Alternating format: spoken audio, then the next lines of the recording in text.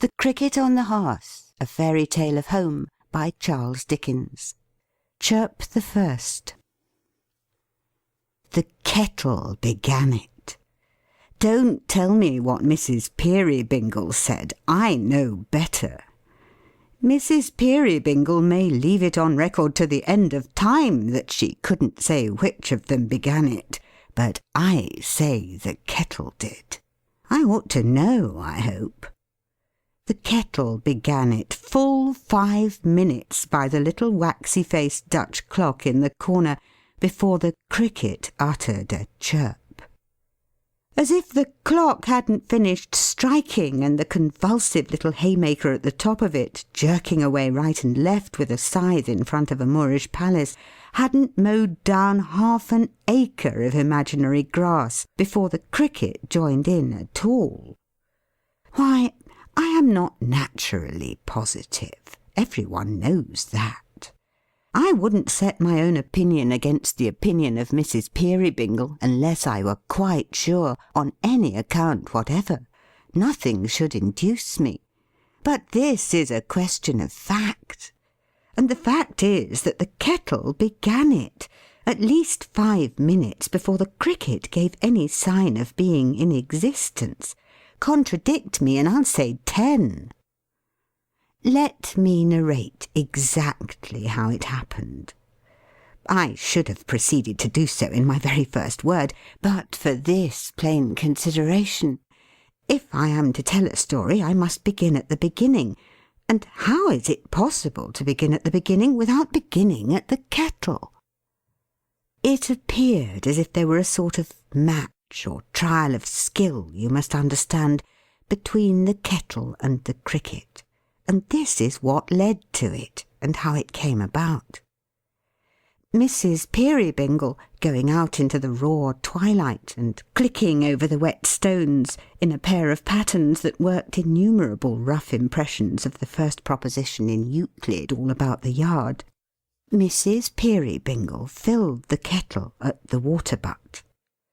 Presently returning, less the pattens, and a good deal less, for they were tall and Mrs. Peerybingle was but short, she set the kettle on the fire.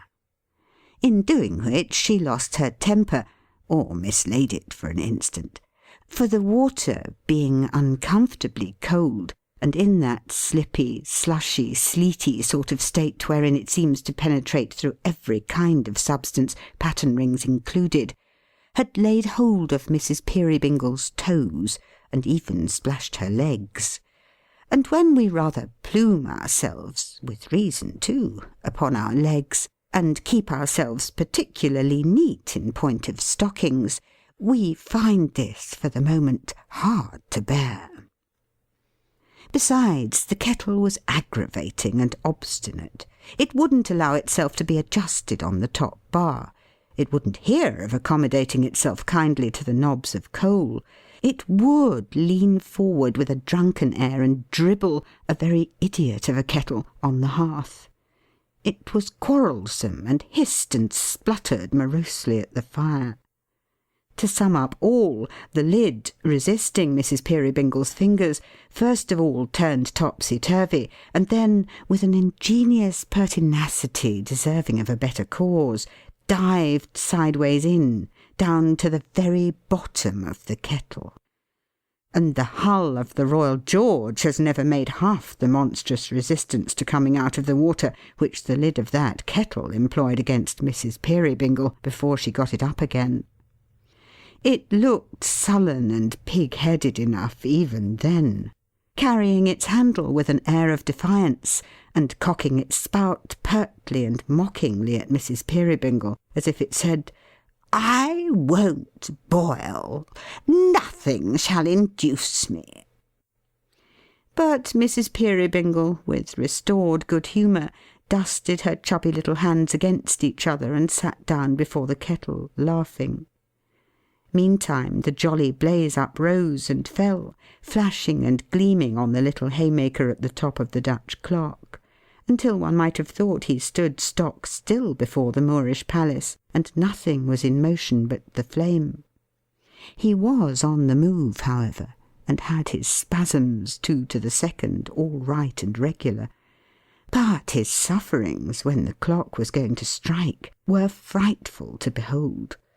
And when a cuckoo looked out of a trap-door in the palace and gave note 6 times, it shook him each time like a spectral voice, or like a something wiry plucking at his legs.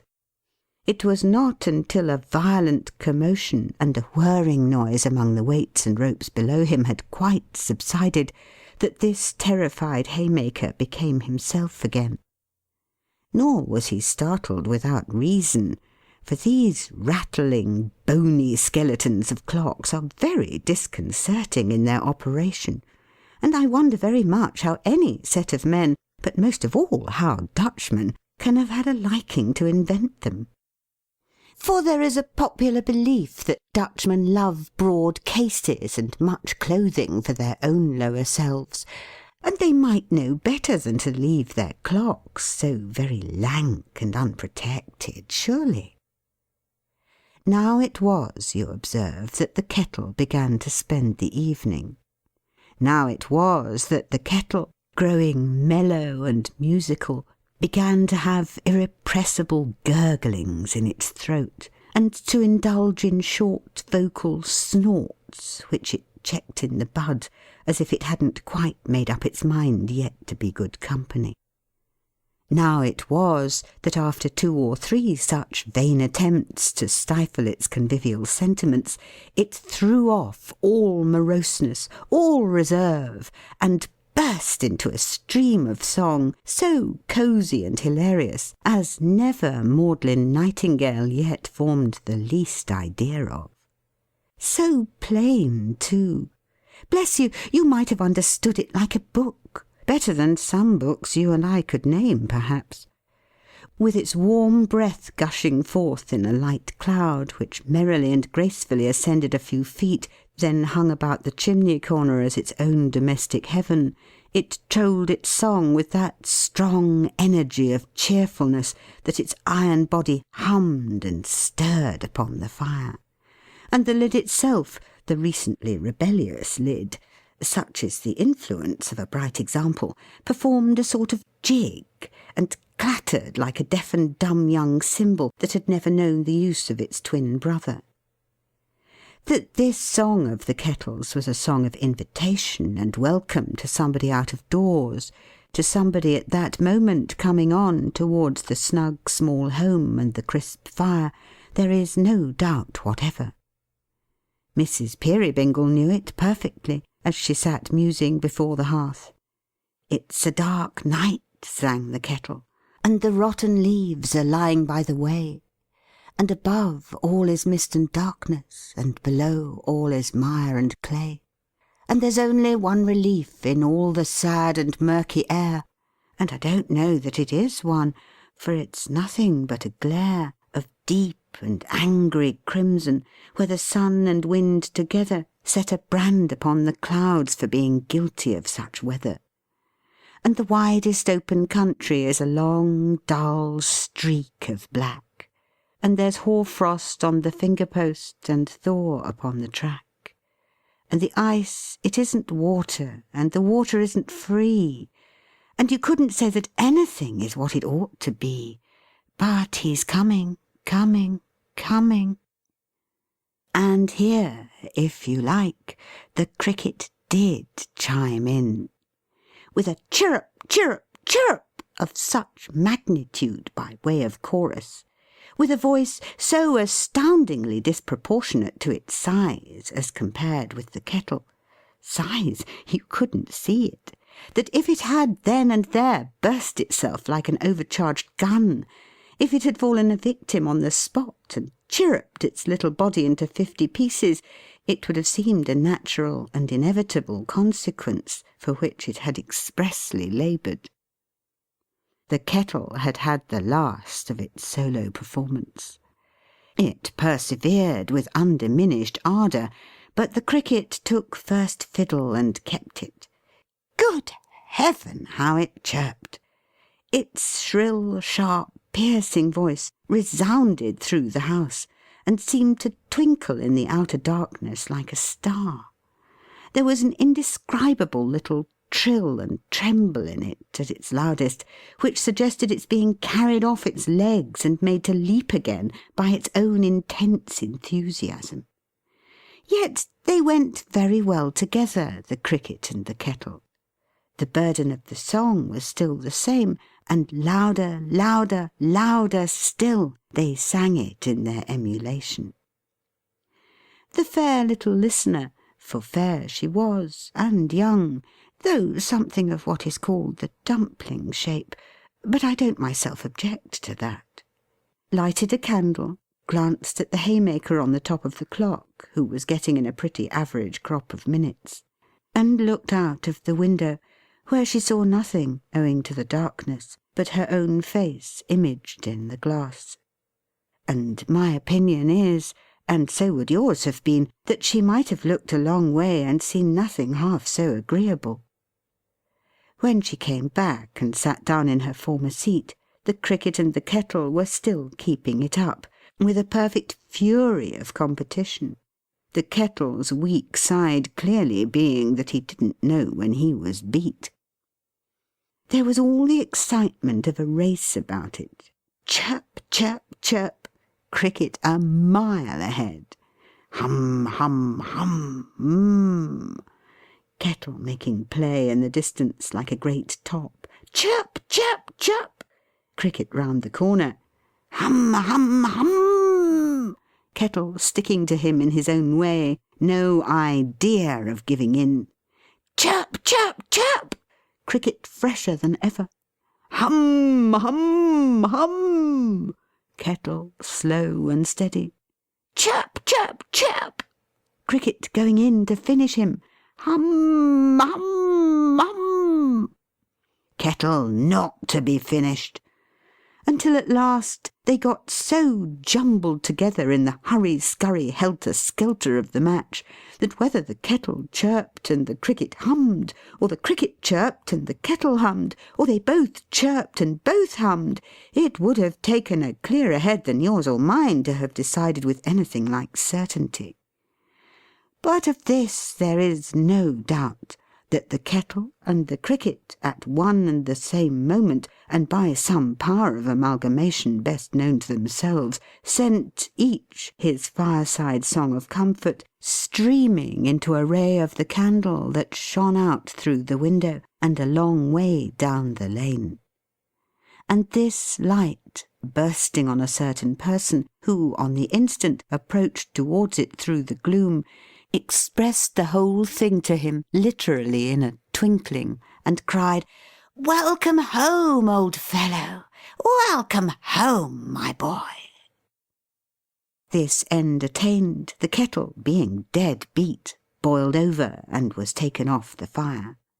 Mrs. Peerybingle then went running to the door, where, what with the wheels of a cart, the tramp of a horse, the voice of a man, the tearing in and out of an excited dog, and the surprising and mysterious appearance of a baby, there was soon the very what's-his-name to pay.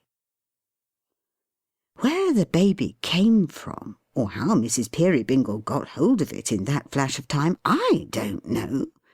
But a live baby there was in Mrs. Peerybingle's arms, and a pretty tolerable amount of pride she seemed to have in it, when she was drawn gently to the fire by a sturdy figure of a man, much taller and much older than herself, who had to stoop a long way down to kiss her. But she was worth the trouble. 6'6" with the lumbago might have done it. "Oh, goodness, John!" said Mrs. P. "What a state you are in with the weather!" He was something the worse for it, undeniably. The thick mist hung in clots upon his eyelashes like candied thaw, and between the fog and fire together there were rainbows in his very whiskers. "Why, you see, Dot," John made answer slowly, as he unrolled a shawl from about his throat and warmed his hands, It ain't exactly summer weather, so no wonder." "I wish you wouldn't call me Dot, John. I don't like it." said Mrs. Peerybingle, pouting in a way that clearly showed she did like it very much. "Why, what else are you?" returned John, looking down upon her with a smile, and giving her waist as light a squeeze as his huge hand and arm could give. "A Dot and—" here he glanced at the baby. "A Dot and Carry— I won't say it for fear I should spoil it, but I was very near a joke. I don't know as ever I was nearer." He was often near to something or other very clever, by his own account, this lumbering, slow, honest John. This John so heavy, but so light of spirit; so rough upon the surface, but so gentle at the core; so dull without, so quick within; so stolid, but so good.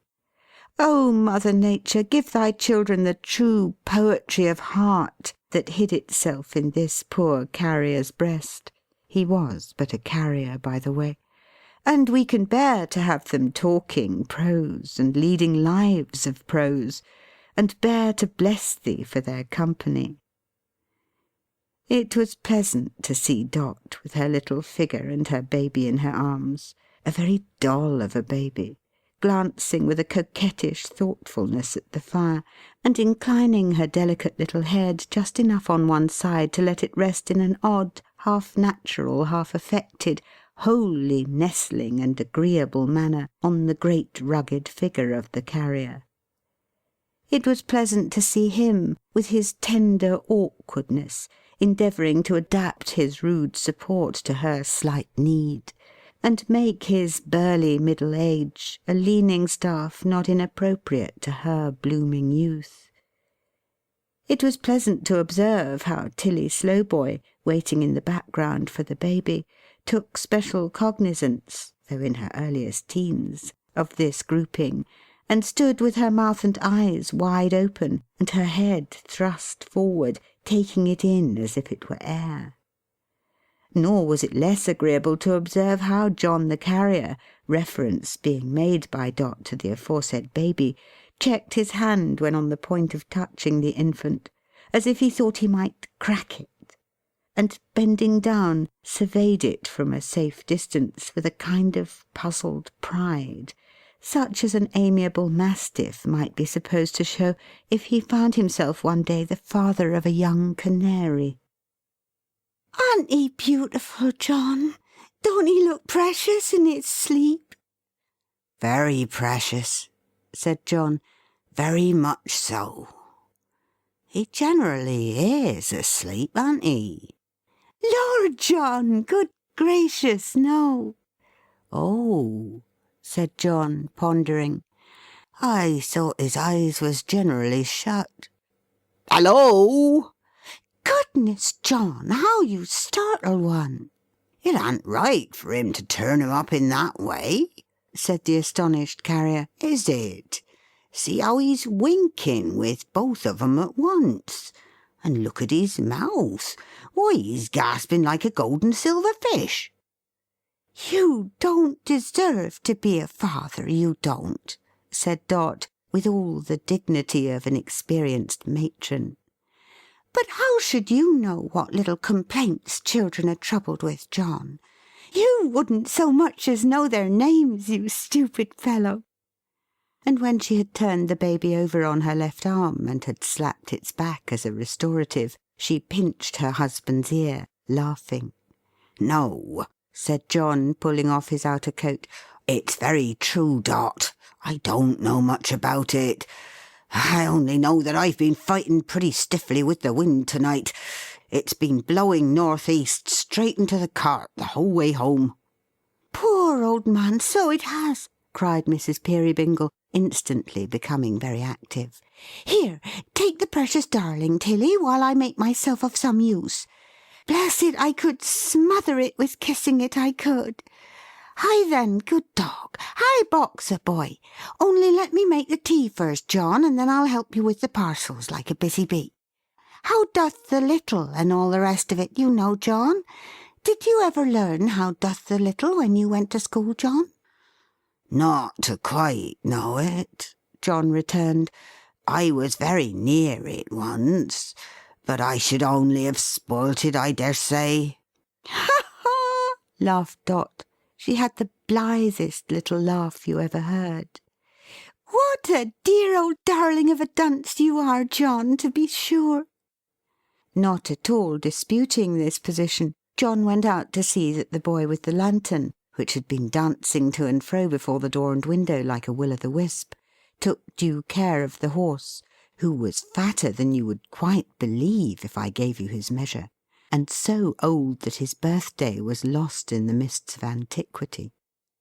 Boxer, feeling that his attentions were due to the family in general, and must be impartially distributed, dashed in and out with bewildering inconstancy, now describing a circle of short barks round the horse where he was being rubbed down at the stable door, now feigning to make savage rushes at his mistress, and facetiously bringing himself to sudden stops, now eliciting a shriek from Tilly Slowboy in the low nursing chair near the fire, by the unexpected application of his moist nose to her countenance, now exhibiting an obtrusive interest in the baby, now going round and round upon the hearth, and lying down as if he had established himself for the night, now getting up again, and taking that nothing of a fag-end of a tail of his out into the weather, as if he had just remembered an appointment, and was off at a round trot to keep it. There's the teapot ready on the hob," said Dot, as briskly busy as a child at play at keeping house. "And there's the cold knuckle of ham, and there's the butter, and there's the crusty loaf and all. Here's a clothes basket for the small parcels, John, if you've got any there. Where are you, John? Don't let the dear child fall under the grate, Tilly, whatever you do." It may be noted of Miss Slowboy, in spite of her rejecting the caution with some vivacity, that she had a rare and surprising talent for getting this baby into difficulties, and had several times imperilled its short life in a quiet way peculiarly her own. She was of a spare and straight shape, this young lady, insomuch that her garments appeared to be in constant danger of sliding off those sharp pegs, her shoulders, on which they were loosely hung. Her costume was remarkable for the partial development on all possible occasions of some flannel vestment of a singular structure, also for affording glimpses in the region of the back of a corset or pair of stays, in colour a dead green. Being always in a state of gaping admiration at everything, and absorbed besides in the perpetual contemplation of her mistress's perfections and the baby's, Miss Slowboy, in her little errors of judgment, may be said to have done equal honour to her head and to her heart, and though these did less honour to the baby's head, which they were the occasional means of bringing into contact with deal doors, dressers, stair-rails, bed-posts, and other foreign substances, still they were the honest results of Tilly Slowboy's constant astonishment at finding herself so kindly treated, and installed in such a comfortable home. For the maternal and paternal Slowboy were alike unknown to fame, and Tilly had been bred by public charity a foundling, which word, though only differing from fondling by one vowel's length, is very different in meaning, and expresses quite another thing. To have seen little Mrs. Peerybingle come back with her husband, tugging at the clothes-basket, and making the most strenuous exertions to do nothing at all, for he carried it, would have amused you almost as much as it amused him. It may have entertained the cricket too, for anything I know, but certainly it now began to chirp again, vehemently. "Hey day!" said John in his slow way. "It's merrier than ever to-night, I think."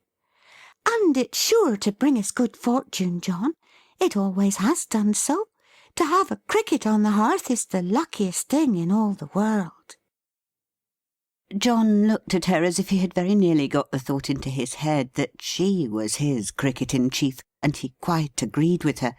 But it was probably one of his narrow escapes, for he said nothing. The first time I heard its cheerful little note, John, was on that night when you brought me home. When you brought me to my new home here, its little mistress, nearly a year ago. You recollect, John? Oh, yes, John remembered. I should think so. Its chirp was such a welcome to me. It seemed so full of promise and encouragement. It seemed to say you would be kind and gentle with me, and would not expect, I had a fear of that, John, then, to find an old head on the shoulders of your foolish little wife. John thoughtfully patted one of the shoulders, and then the head, as though he would have said, no, no, he had had no such expectation. He had been quite content to take them as they were. And really he had reason. They were very comely. It spoke the truth, John, when it seemed to say so. For you have ever been, I am sure, the best, the most considerate, the most affectionate of husbands to me. This has been a happy home, John, and I love the Cricket for its sake. Why, so do I, then, said the Carrier. So do I, Dot. I love it for the many times I've heard it, and the many thoughts its harmless music has given me. Sometimes in the twilight, when I have felt a little solitary and downhearted, John, before Baby was here to keep me company and make the house gay, when I have thought how lonely you would be if I should die, how lonely I should be if I could know that you had lost me, dear, its chirp, chirp, chirp upon the hearth has seemed to tell me of another little voice, so sweet, so very dear to me, before whose coming sound my trouble vanished like a dream. And when I used to fear, I did fear once, John, I was very young, you know, that ours might prove to be an ill-assorted marriage, I being such a child, and you more like my guardian than my husband, and that you might not, however hard you tried, be able to learn to love me as you hoped and prayed you might. Its chirp, chirp, chirp has cheered me up again, and filled me with new trust and confidence. I was thinking of these things to-night, dear, when I sat expecting you, and I love the Cricket for their sake. And so do I, repeated John. But, Dot, I hope and pray that I might learn to love you. How you talk! I had learned that long before I brought you here to be the Cricket's little mistress, Dot. She laid her hand an instant on his arm, and looked up at him with an agitated face, as if she would have told him something. Next moment she was down upon her knees before the basket, speaking in a sprightly voice and busy with the parcels. There are not many of them to-night, John, but I saw some goods behind the cart just now, and though they give more trouble perhaps, still they pay us well, so we have no reason to grumble, have we? Besides, you have been delivering, I dare say, as you came along. Oh yes, John said, a good many. Why, what's this round box? Heart alive, John, it's a wedding cake. Leave a woman alone to find that out, said John admiringly. Now a man would never have thought of it. Whereas it's my belief that if you was to pack a wedding cake up in a tea-chest, or a turn-up bedstead, or a pickled salmon keg, or any unlikely thing, a woman would be sure to find it out directly. Yes, I called for it at the pastry-cook's. And it weighs I don't know what, whole 100 weights, cried Dot, making a great demonstration of trying to lift it. Whose is it, John? Where is it going? Read the writing on the other side, said John. Why, John! My goodness, John! Ah, who'd have thought it? John returned. You never mean to say, pursued Dot, sitting on the floor and shaking her head at him, that it's Gruff and Tackleton the toy maker? John nodded. Mrs. Peerybingle nodded also, 50 times at least. Not in assent, in dumb and pitying amazement, screwing up her lips the while with all their little force (they were never made for screwing up, I am clear of that), and looking the good Carrier through and through in her abstraction. Miss Slowboy, in the meantime, who had a mechanical power of reproducing scraps of current conversation for the delectation of the baby, with all the sense struck out of them, and all the nouns changed into the plural number, inquired aloud of that young creature, was it Gruffs and Tackletons the toy-makers then? And would it call at pastry-cooks for wedding cakes? And did its mothers know the boxes when its fathers brought them homes? And so on. "And that is really to come about?" said Dot.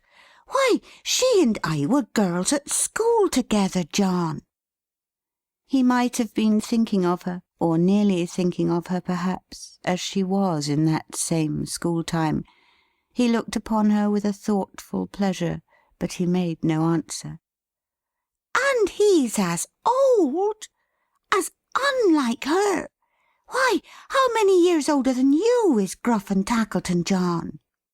"How many more cups of tea shall I drink to-night at one sitting than Gruff and Tackleton ever took in 4, I wonder?" replied John good-humouredly, as he drew a chair to the round table, and began at the cold ham. "As to eating, I eat but little, but that little I enjoy, Dot." Even this, his usual sentiment at meal-times, one of his innocent delusions, for his appetite was always obstinate and flatly contradicted him, awoke no smile in the face of his little wife, who stood among the parcels, pushing the cake-box slowly from her with her foot, and never once looked, though her eyes were cast down too, upon the dainty shoe she generally was so mindful of. Absorbed in thought, she stood there, heedless alike of the tea and John, although he called to her and rapped the table with his knife to startle her, until he rose and touched her on the arm, when she looked at him for a moment, and hurried to her place behind the tea-board, laughing at her negligence. But not as she had laughed before. The manner and the music were quite changed. The cricket, too, had stopped. Somehow the room was not so cheerful as it had been. Nothing like it. "So these are all the parcels, are they, John?" she said, breaking a long silence, which the honest Carrier had devoted to the practical illustration of one part of his favourite sentiment, certainly enjoying what he ate, if it couldn't be admitted that he ate but little. "So these are all the parcels, are they, John?" "That's all," said John. "Why, no, laying down his knife and fork, and taking a long breath, "I declare I've clean forgotten the old gentleman." "The old gentleman?" "In the cart," said John. "He was asleep among the straw the last time I saw him. I very nearly remembered him twice since I came in, but he went out of my head again. Hallo! You hip there! Rouse up! That's my hearty." John said these latter words outside the door, whither he had hurried with the candle in his hand. Miss Slowboy, conscious of some mysterious reference to the old gentleman, and connecting in her mystified imagination certain associations of a religious nature with the phrase, was so disturbed, that hastily rising from the low chair by the fire to seek protection near the skirts of her mistress, and coming into contact as she crossed the doorway with an ancient stranger, she instinctively made a charge or butt at him with the only offensive instrument within her reach. This instrument happening to be the baby, great commotion and alarm ensued, which the sagacity of Boxer rather tended to increase. For that good dog, more thoughtful than his master, had, it seemed, been watching the old gentleman in his sleep, lest he should walk off with a few young poplar trees that were tied up behind the cart, and he still attended on him very closely, worrying his gaiters, in fact, and making dead sets at the buttons.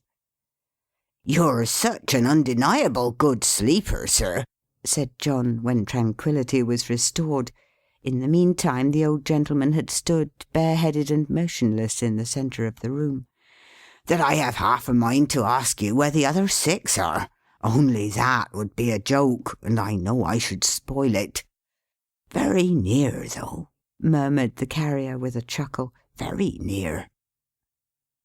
The stranger, who had long white hair, good features, singularly bold and well defined for an old man, and dark, bright, penetrating eyes, looked round with a smile, and saluted the Carrier's wife by gravely inclining his head. His garb was very quaint and odd, a long, long way behind the time. Its hue was brown all over. In his hand he held a great brown club or walking stick, and striking this upon the floor, it fell asunder and became a chair, on which he sat down quite composedly. "There," said the Carrier, turning to his wife, "that's the way I found him, sitting by the roadside, upright as a milestone, and almost as deaf." "Sitting in the open air, John?" "In the open air," replied the Carrier, "just at dusk. 'Carriage paid,' he said, and gave me 18 pence. Then he got in, and there he is." "He's going, John, I think." "Not at all. He was only going to speak." "If you please, I was to be left till called for," said the stranger mildly. "Don't mind me." With that he took a pair of spectacles from one of his large pockets, and a book from another, and leisurely began to read, making no more of Boxer than if he had been a house lamb. The Carrier and his wife exchanged a look of perplexity. The stranger raised his head, and glancing from the latter to the former, said, "Your daughter, my good friend?" "Wife," returned John. "Niece?" said the stranger. "Wife!" roared John. "Indeed," observed the stranger. "Surely very young." He quietly turned over and resumed his reading, but before he could have read 2 lines, he again interrupted himself to say, "Baby yours?" John gave him a gigantic nod, equivalent to an answer in the affirmative delivered through a speaking trumpet. "Girl?" "Boy!" roared John. "Also very young, eh?" Mrs. Peerybingle instantly struck in. 2 months and 3 days. Vaccinated just 6 weeks ago. Took very finely. Considered by the doctor a remarkably beautiful child. Equal to the general run of children at 5 months old. Takes notice in a way quite wonderful. May seem impossible to you, but feels his legs already." Here the breathless little mother, who had been shrieking these short sentences into the old man's ear until her pretty face was crimsoned, held up the baby before him as a stubborn and triumphant fact, while Tilly Slowboy, with a melodious cry of "Ketcher, Ketcher," which sounded like some unknown words adapted to a popular sneeze, performed some cow-like gambols round that all unconscious innocent. "Hark! He's called for, sure enough," said John. "There's somebody at the door. Open it, Tilly."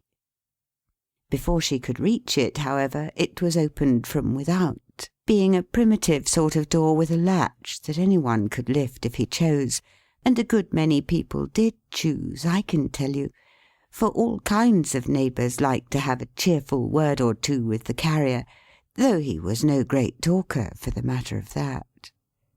Being opened, it gave admission to a little meagre, thoughtful, dingy-faced man, who seemed to have made himself a greatcoat from the sackcloth covering of some old box.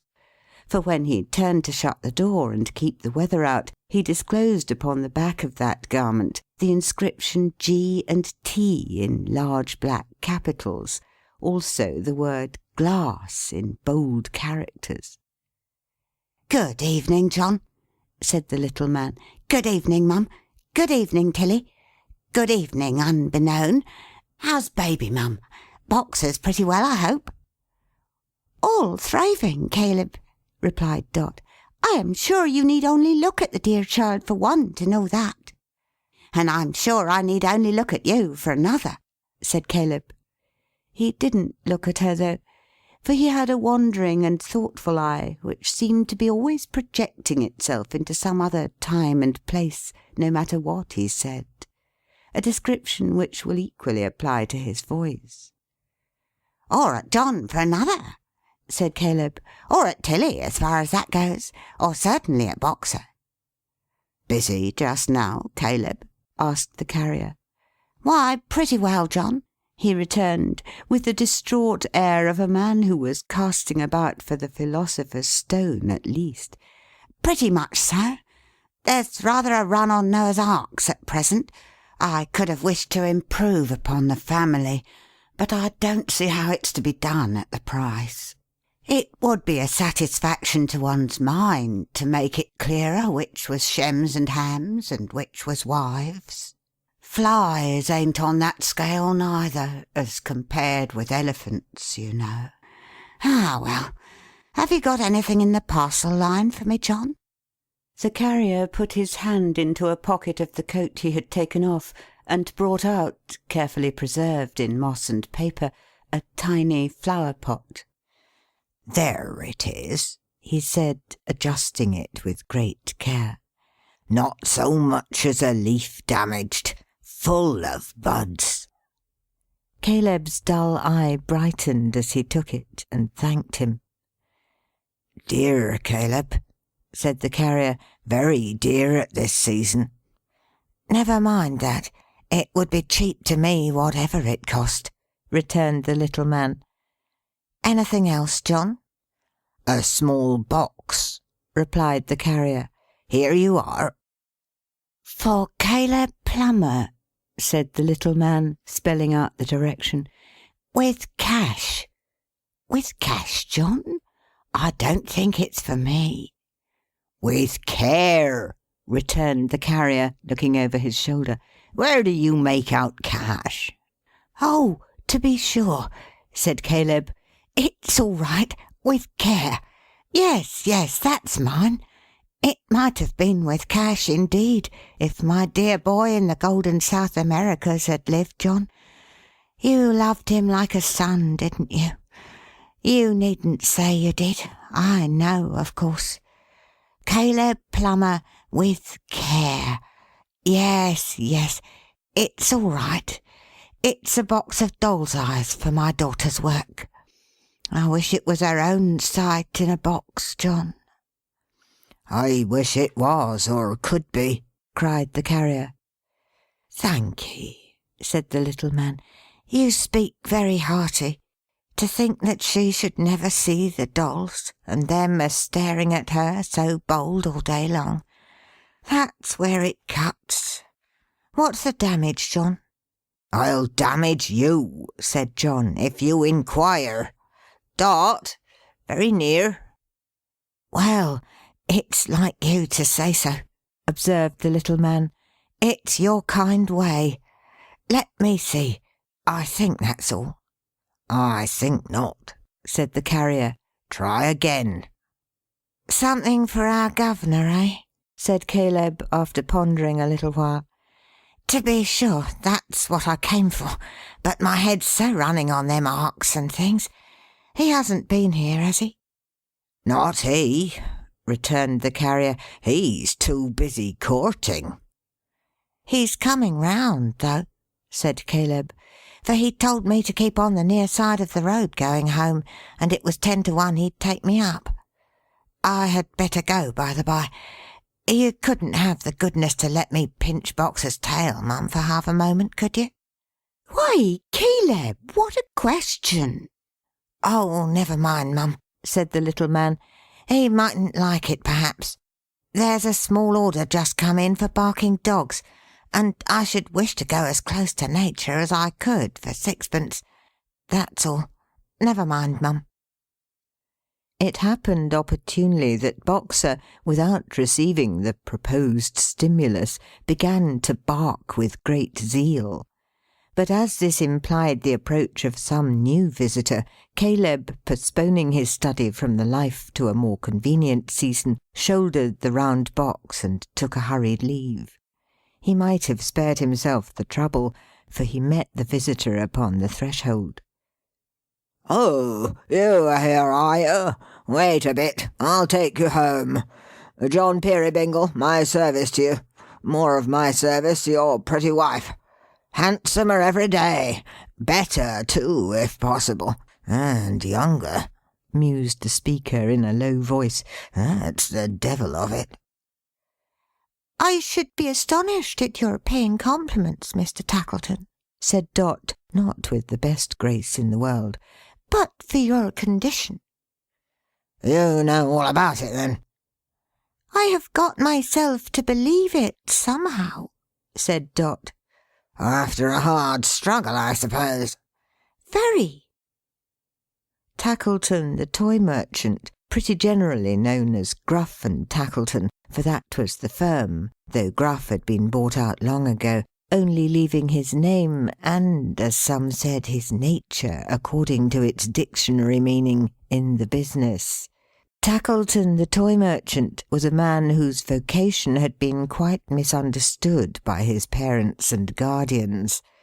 If they had made him a money-lender, or a sharp attorney, or a sheriff's officer, or a broker, he might have sown his discontented oats in his youth, and after having had the full run of himself in ill-natured transactions, might have turned out amiable at last, for the sake of a little freshness and novelty.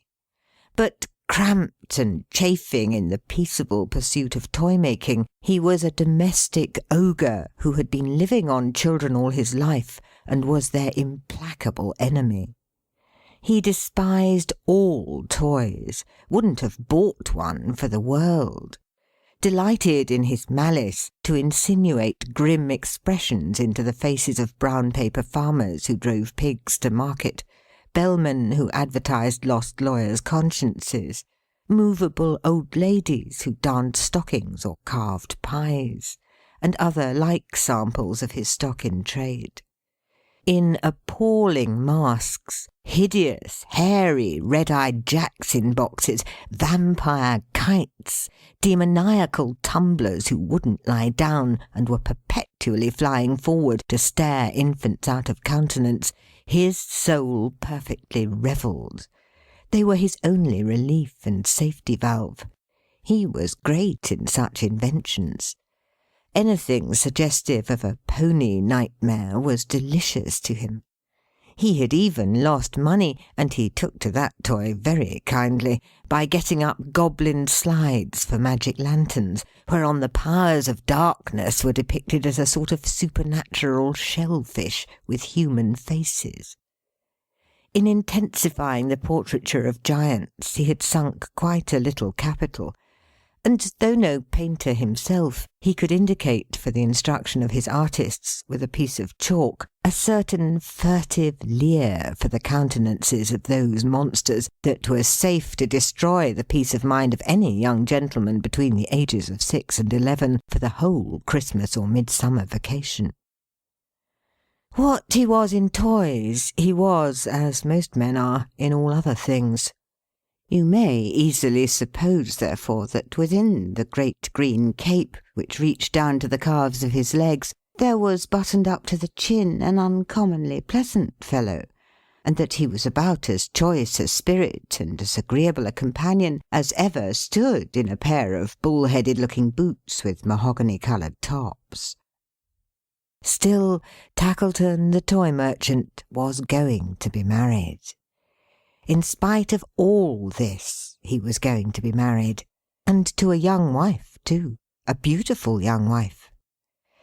He didn't look much like a bridegroom as he stood in the carrier's kitchen, with a twist in his dry face and a screw in his body, and his hat jerked over the bridge of his nose, and his hands stuck down into the bottoms of his pockets, and his whole sarcastic, ill-conditioned self peering out of one little corner of one little eye, like the concentrated essence of any number of ravens, but a bridegroom he designed to be. In 3 days' time, next Thursday, the last day of the first month in the year. That's my wedding day," said Tackleton. Did I mention that he had always one eye wide open and one eye nearly shut, and that the one eye nearly shut was always the expressive eye? I don't think I did. "That's my wedding day," said Tackleton, rattling his money. "Why, it's our wedding day too," exclaimed the Carrier. "Ha ha!" laughed Tackleton. "Odd! You're just such another couple. Just!" The indignation of Dot at this presumptuous assertion is not to be described. What next? His imagination would compass the possibility of just such another baby, perhaps. The man was mad. "I say, a word with you," murmured Tackleton, nudging the Carrier with his elbow, and taking him a little apart. "You'll come to the wedding. We're in the same boat, you know." "How in the same boat?" inquired the Carrier. "A little disparity, you know," said Tackleton with another nudge. "Come and spend an evening with us beforehand." "Why?" demanded John, astonished at this pressing hospitality. "Why?" returned the other. "That's a new way of receiving an invitation. Why, for pleasure, sociability, you know, and all that." "I thought you were never sociable," said John in his plain way. "It's of no use to be anything but free with you, I see," said Tackleton.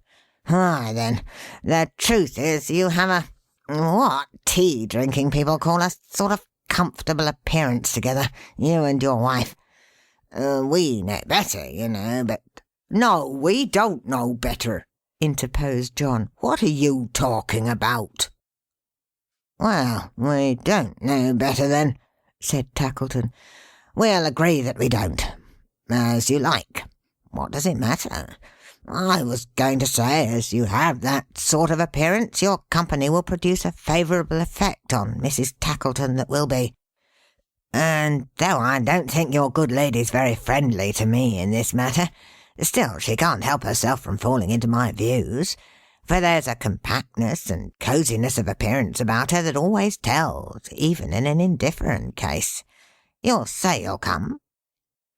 "We have arranged to keep our wedding day, as far as that goes, at home," said John. "We have made the promise to ourselves these 6 months. We think, you see, that home—" "Bah! What's home?" cried Tackleton. "4 walls and a ceiling. Why don't you kill that cricket? I would. I always do. I hate their noise. There are 4 walls and a ceiling in my house. Come to me." "You kill your crickets, eh?" said John. "Scrunch 'em, sir," returned the other, setting his heel heavily on the floor. "You'll say you'll come. It's as much your interest as mine, you know, that the women should persuade each other that they're quiet and contented and couldn't be better off. I know their way. Whatever one woman says, another woman is determined to clinch always. There's that spirit of emulation among 'em, sir, that if your wife says to my wife, 'I'm the happiest woman in the world, and mine's the best husband in the world, and I dote on him,' my wife will say the same to yours, or more, and half believe it." "Do you mean to say she don't, then?" asked the Carrier. "Don't!" cried Tackleton, with a short, sharp laugh. "Don't what?" The Carrier had had some faint idea of adding, "dote upon you," but happening to meet the half-closed eye as it twinkled upon him over the turned-up collar of the cape, which was within an ace of poking it out, he felt it such an unlikely part and parcel of anything to be doted on, that he substituted, "that she don't believe it." "Ha, you dog! You're joking," said Tackleton.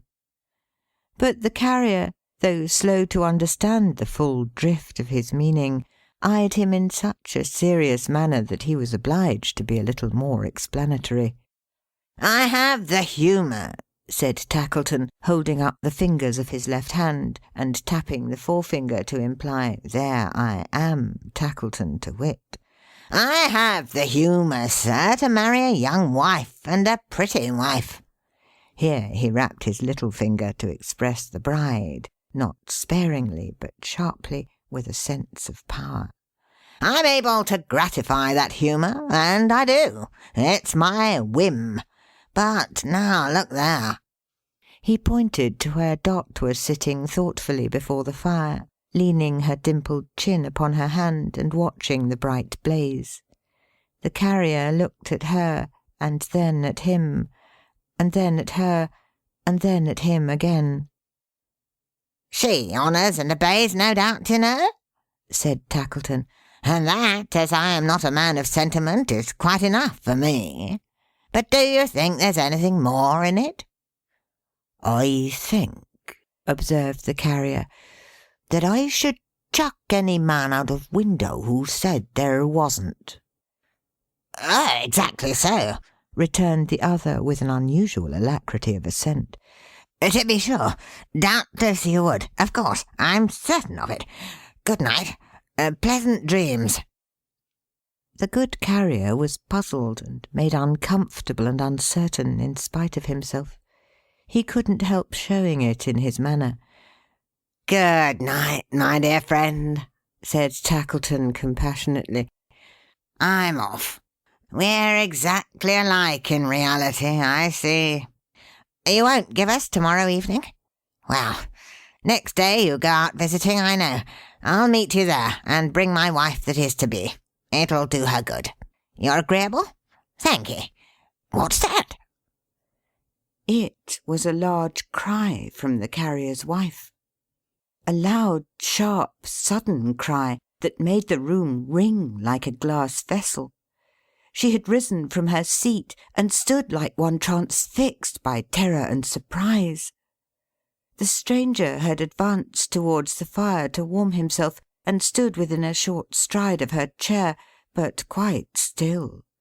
Dot! cried the Carrier. Mary, darling, what's the matter?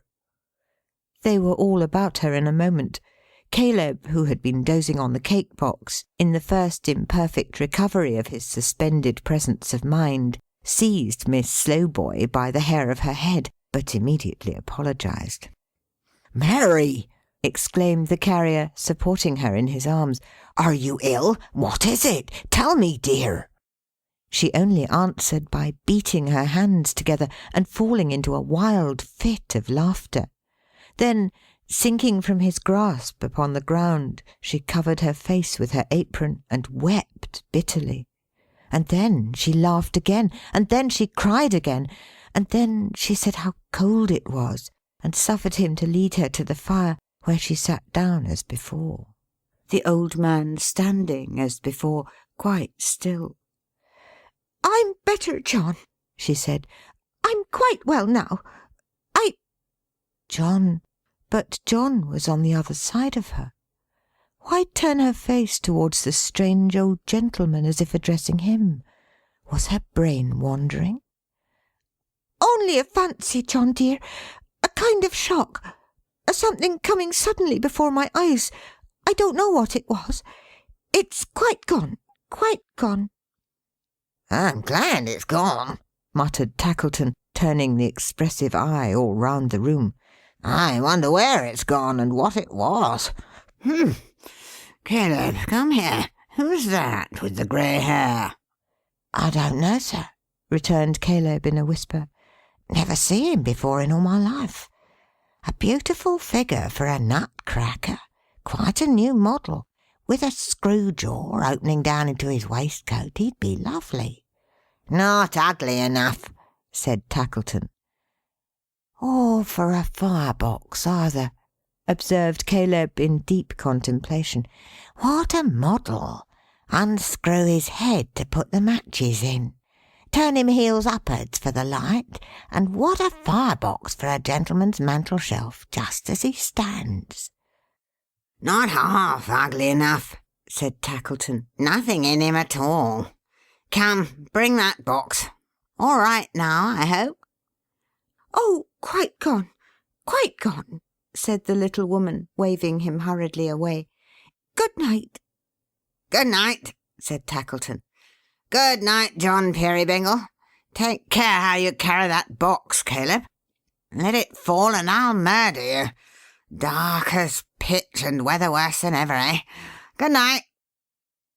So, with another sharp look round the room, he went out at the door, followed by Caleb with the wedding cake on his head. The carrier had been so much astounded by his little wife, and so busily engaged in soothing and tending her, that he had scarcely been conscious of the stranger's presence, until now, when he again stood there, their only guest. "He don't belong to them, you see," said John. "I must give him a hint to go." "I beg your pardon, friend," said the old gentleman, advancing to him. "The more so, as I fear your wife has not been well. But the attendant whom my infirmity," he touched his ears and shook his head, "renders almost indispensable, not having arrived, I fear there must be some mistake. The bad night, which made the shelter of your comfortable cart, may I never have a worse, so acceptable, is still as bad as ever. Would you, in your kindness, suffer me to rent a bed here?" "Yes, yes," cried Dot. "Yes, certainly." "Oh!" said the carrier, surprised by the rapidity of this consent. "Well, I don't object. But still I'm not quite sure that—" "Hush!" she interrupted. "Dear John." "Why, he's stone deaf," urged John. "I know he is, but yes, sir, certainly. Yes, certainly. I'll make him up a bed directly, John." As she hurried off to do it, the flutter of her spirits and the agitation of her manner were so strange that the carrier stood looking after her, quite confounded. "Did its mothers make it up a beds, then?" cried Miss Slowboy to the baby. "And did its hair grow brown and curly when its caps was lifted off, and frighten it of precious pets a sitting by the fires?" With that unaccountable attraction of the mind to trifles, which is often incidental to a state of doubt and confusion, the carrier, as he walked slowly to and fro, found himself mentally repeating even these absurd words many times. So many times that he got them by heart, and was still conning them over and over like a lesson, when Tilly, after administering as much friction to the little bald head with her hand as she thought wholesome, according to the practice of nurses, had once more tied the baby's cap on.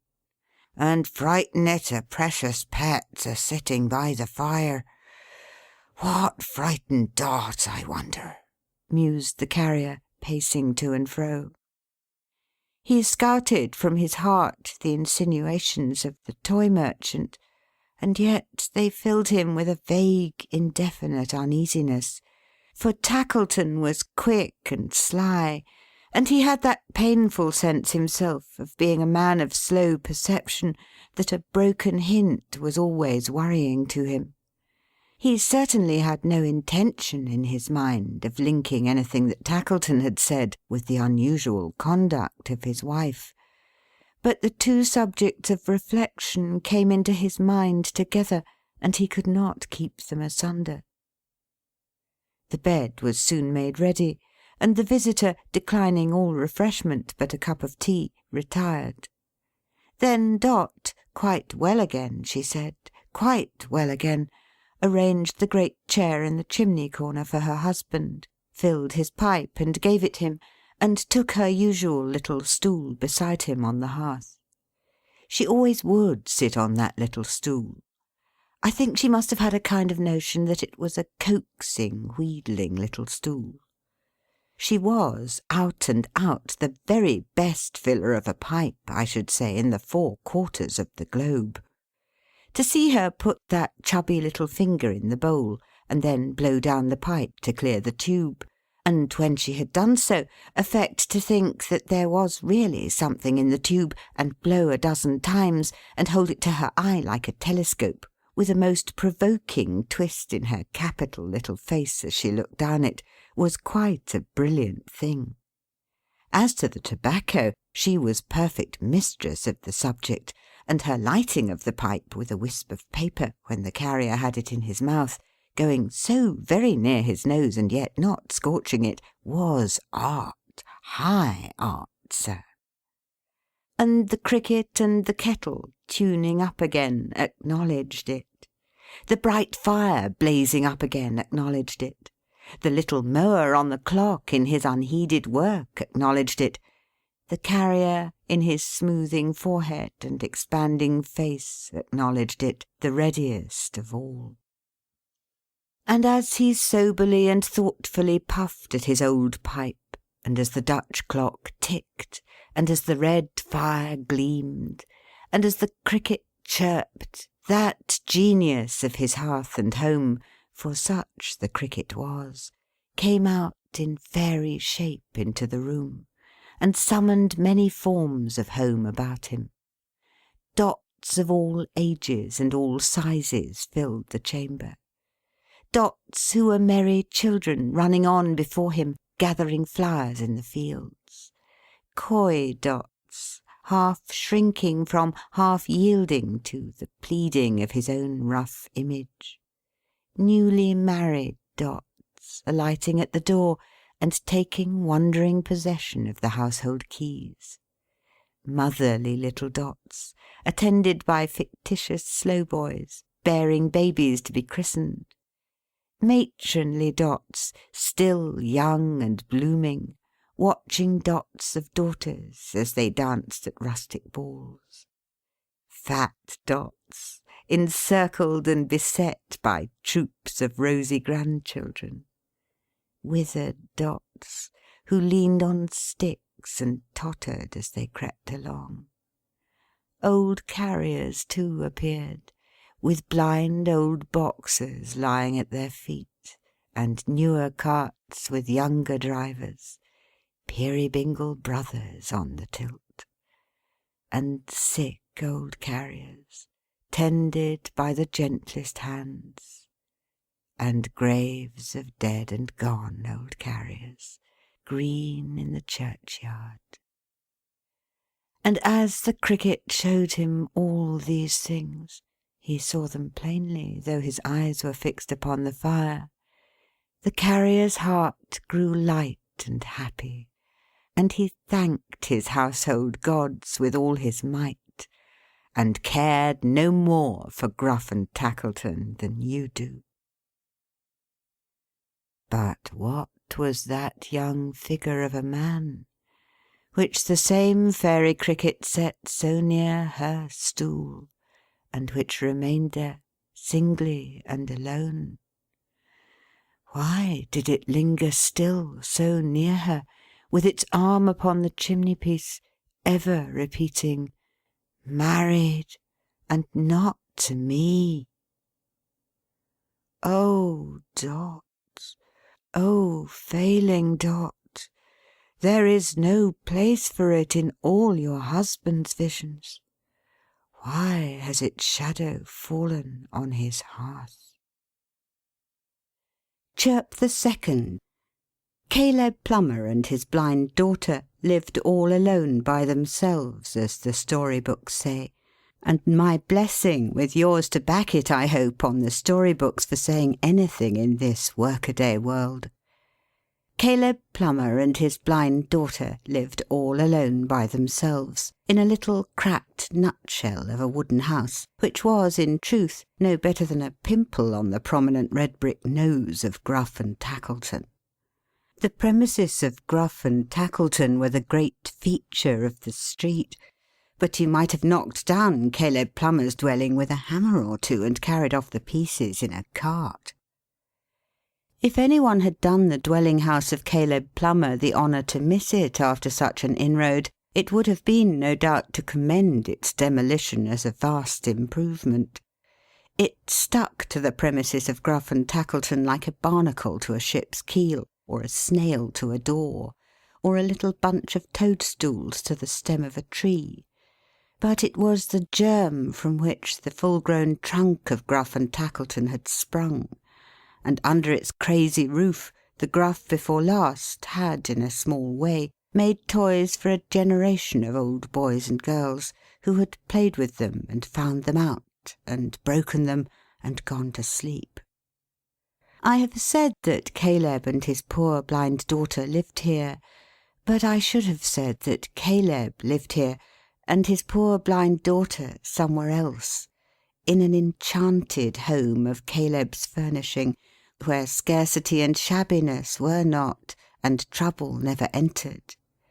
Caleb was no sorcerer, but in the only magic art that still remains to us, the magic of devoted, deathless love, Nature had been the mistress of his study, and from her teaching all the wonder came.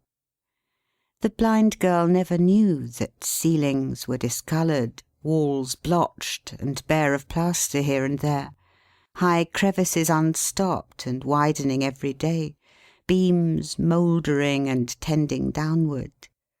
The blind girl never knew that iron was rusting, wood rotting, paper peeling off, the very size and shape and true proportion of the dwelling withering away. The blind girl never knew that ugly shapes of delf and earthenware were on the board, that sorrow and faint-heartedness were in the house, that Caleb's scanty hairs were turning greyer and more grey before her sightless face.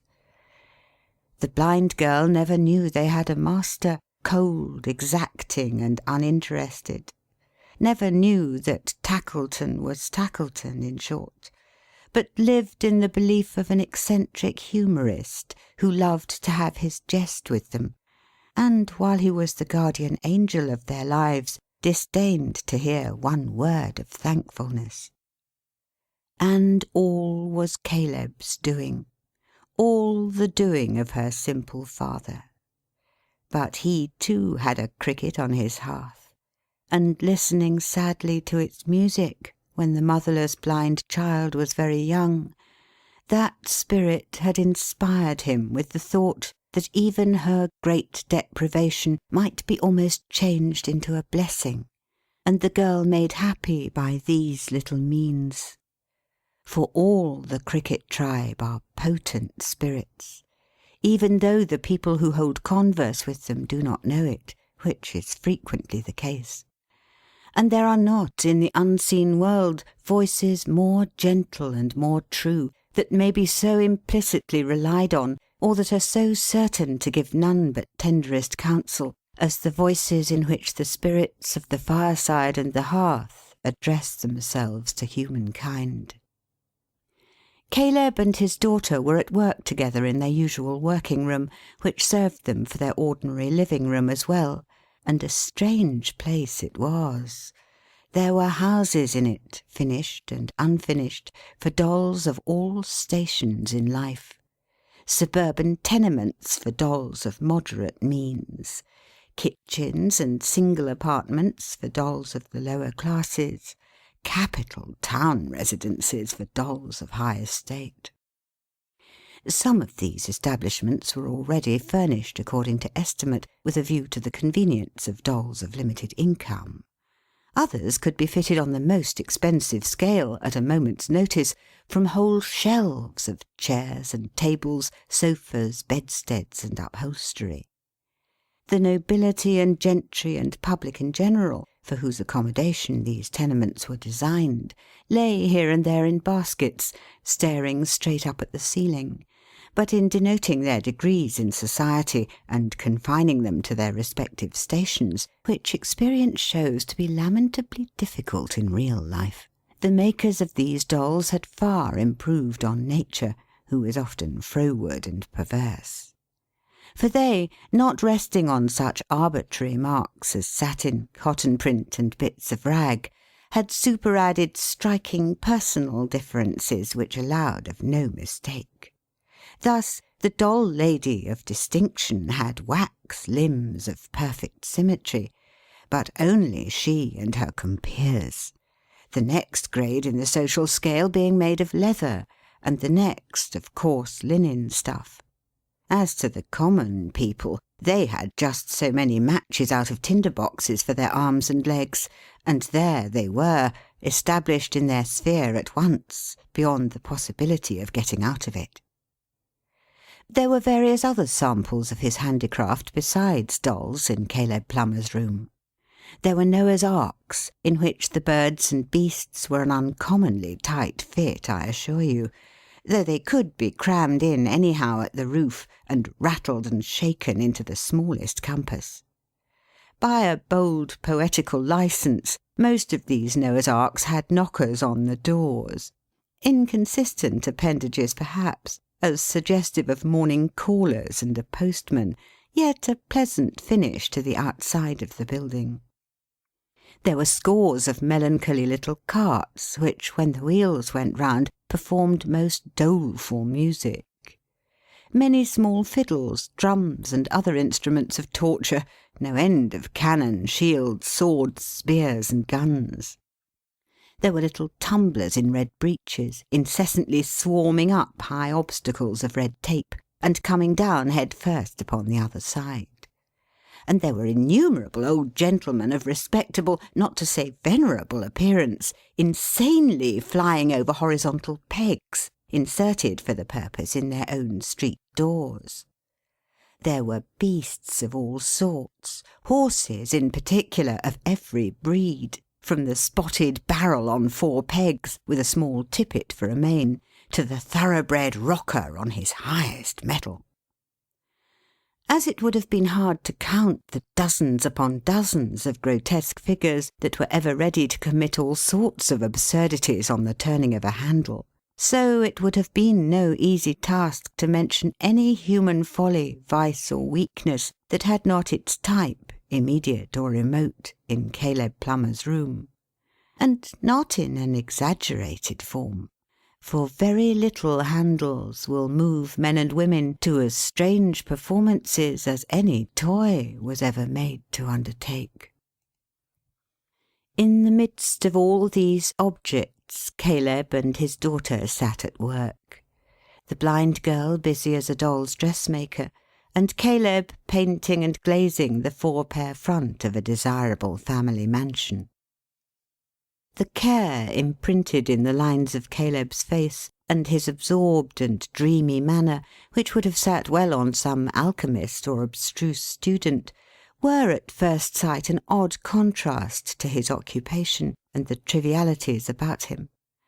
But trivial things, invented and pursued for bread, become very serious matters of fact, and apart from this consideration, I am not at all prepared to say myself that if Caleb had been a Lord Chamberlain, or a Member of Parliament, or a lawyer, or even a great speculator, he would have dealt in toys one whit less whimsical, while I have a very great doubt whether they would have been as harmless.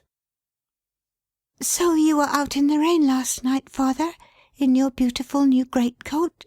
said Caleb's daughter.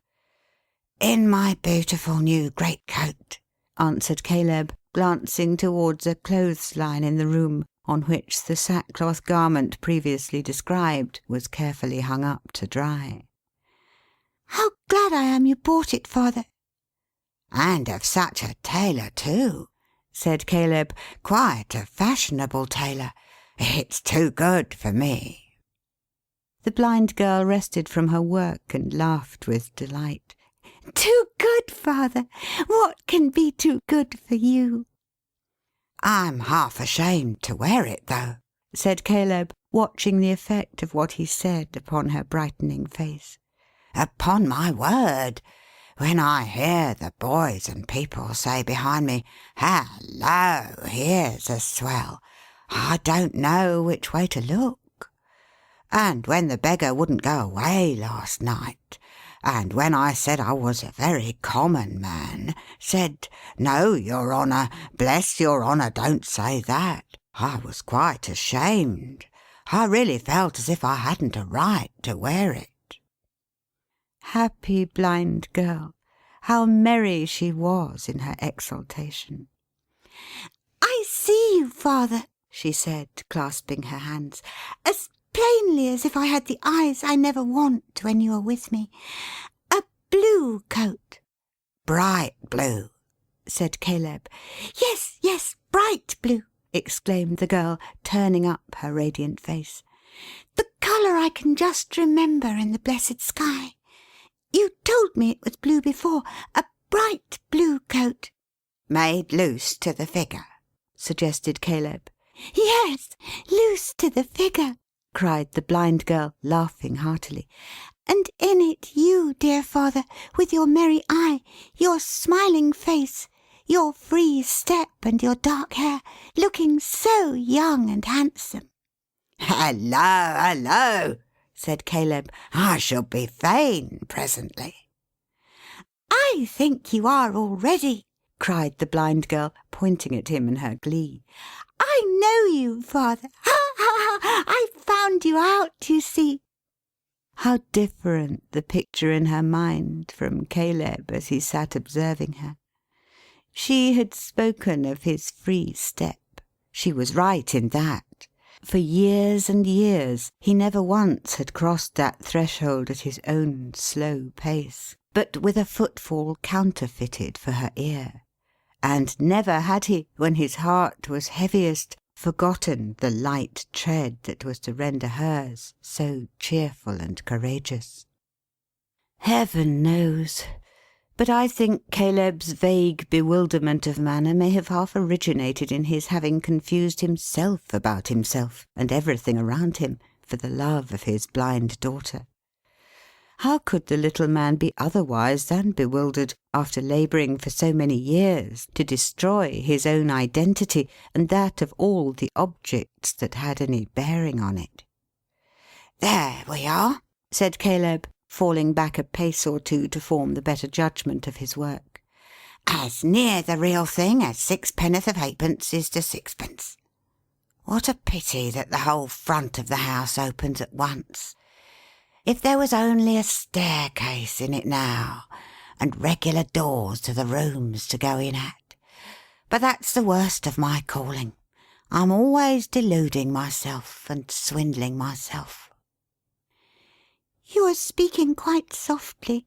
You are not tired, father?" "Tired?" echoed Caleb, with a great burst of animation. "What should tire me, Bertha?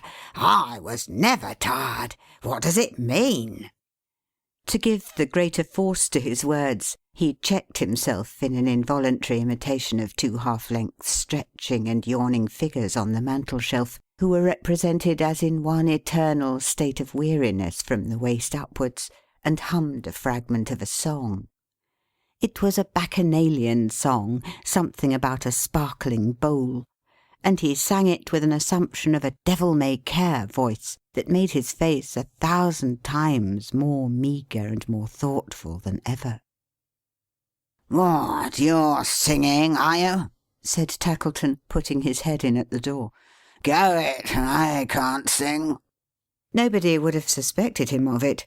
He hadn't what is generally termed a singing face, by any means. "I can't afford to sing," said Tackleton. "I'm glad you can. I hope you can afford to work, too. Hardly time for both, I should think." "If you could only see him, Bertha, how he's winking at me," whispered Caleb.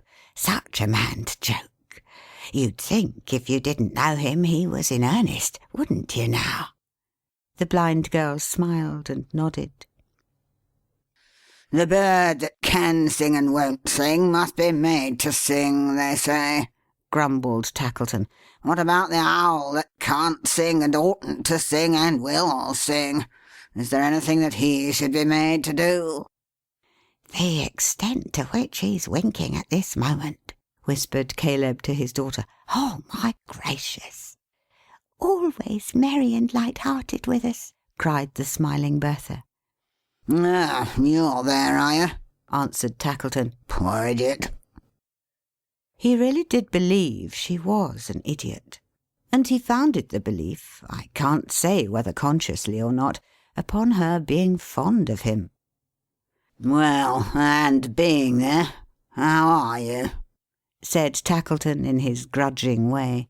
Oh, well, quite well, and as happy as even you can wish me to be. As happy as you would make the whole world if you could.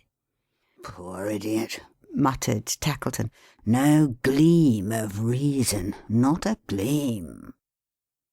The blind girl took his hand and kissed it, held it for a moment in her own two hands, and laid her cheek against it tenderly before releasing it. There was such unspeakable affection and such fervent gratitude in the act, that Tackleton himself was moved to say, in a milder growl than usual, What's the matter now? I stood it close beside my pillow when I went to sleep last night, and remembered it in my dreams. And when the day broke, and the glorious red sun, the red sun, father. Red in the mornings and the evenings, Bertha, said poor Caleb, with a woeful glance at his employer. When it rose, and the bright light I almost feared to strike myself against in walking, came into the room, I turned the little tree towards it, and blessed Heaven for making things so precious, and blessed you for sending them to cheer me. Bedlam broke loose, said Tackleton under his breath. We shall arrive at the strait waistcoat and mufflers soon. We're getting on. Caleb, with his hands hooked loosely in each other, stared vacantly before him while his daughter spoke, as if he really were uncertain, I believe he was, whether Tackleton had done anything to deserve her thanks or not. If he could have been a perfectly free agent at that moment, required on pain of death to kick the toy merchant or fall at his feet according to his merits, I believe it would have been an even chance which course he would have taken. Yet Caleb knew that with his own hands he had brought the little rose tree home for her, so carefully, and that with his own lips he had forged the innocent deception which should help to keep her from suspecting how much, how very much, he every day denied himself that she might be the happier. Bertha, said Tackleton, assuming for the nonce a little cordiality, come here. Oh, I can come straight to you. You needn't guide me, she rejoined. Shall I tell you a secret, Bertha? If you will, she answered eagerly. How bright the darkened face! How adorned with light the listening head! This is the day on which little what's-her-name, the spoilt child, Peerybingle's wife, pays her regular visit to you. Makes her fantastic picnic here, ain't it? Said Tackleton, with a strong expression of distaste for the whole concern. Yes, replied Bertha, this is the day. I thought so, said Tackleton. I should like to join the party. Do you hear that, father? cried the blind girl in an ecstasy. Yes, yes, I hear it, murmured Caleb, with the fixed look of a sleep-walker. But I don't believe it. It's one of my lies, I've no doubt. You see, I want to bring the Peerybingles a little more into company with May Fielding, said Tackleton. I am going to be married to May. Married? cried the blind girl, starting from him. She's such a confounded idiot, muttered Tackleton, that I was afraid she'd never comprehend me. Ah, Bertha, married, church, parson, clerk, beadle, glass, coach, bells, breakfast, bride, cake, favours, marrow-bones, cleavers, and all the rest of the tomfoolery. A wedding, you know. A wedding. Don't you know what a wedding is?" "I know," replied the Blind Girl in a gentle tone. "I understand." "Do you?" muttered Tackleton. "It's more than I expected. Well, on that account I want to join the party, and to bring May and her mother. I'll send in a little something or other before the afternoon. A cold leg of mutton, or some comfortable trifle of that sort. You'll expect me?" "Yes," she answered. She had drooped her head and turned away, and so stood, with her hands crossed, musing. "I don't think you will," muttered Tackleton, looking at her, "for you seem to have forgotten all about it already. Caleb?" "I may venture to say I'm here, I suppose," thought Caleb. "Sir?" "Take care she don't forget what I've been saying to her." "She never forgets," returned Caleb. "It's one of the few things she ain't clever in."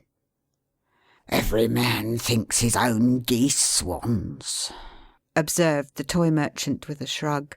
"Poor devil!" Having delivered himself of which remark with infinite contempt, old Gruff and Tackleton withdrew.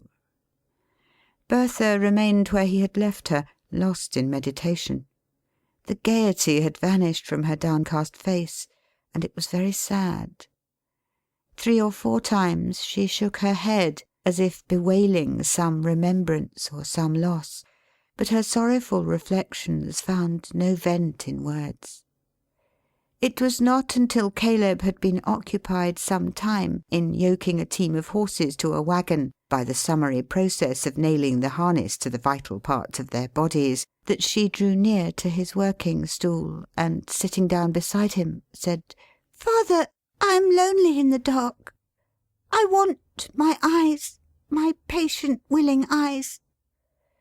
"Here they are," said Caleb, "always ready.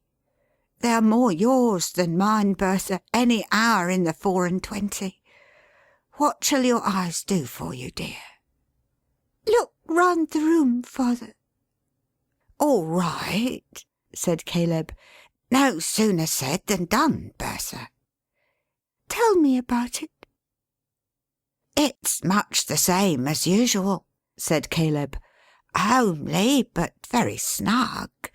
The gay colours on the walls, the bright flowers on the plates and dishes, the shining wood where there are beams or panels, the general cheerfulness and neatness of the building, make it very pretty."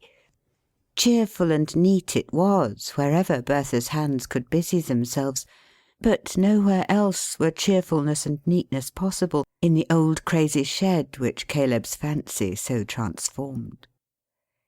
"You have your working dress on, and are not so gallant as when you wear the handsome coat," said Bertha, touching him.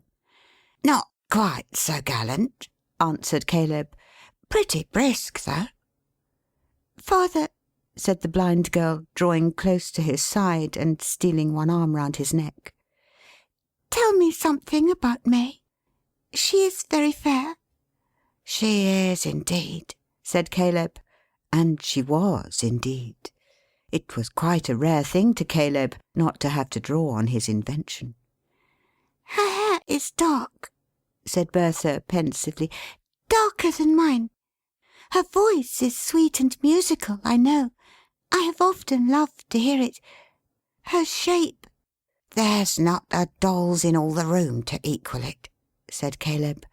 "And her eyes—" He stopped.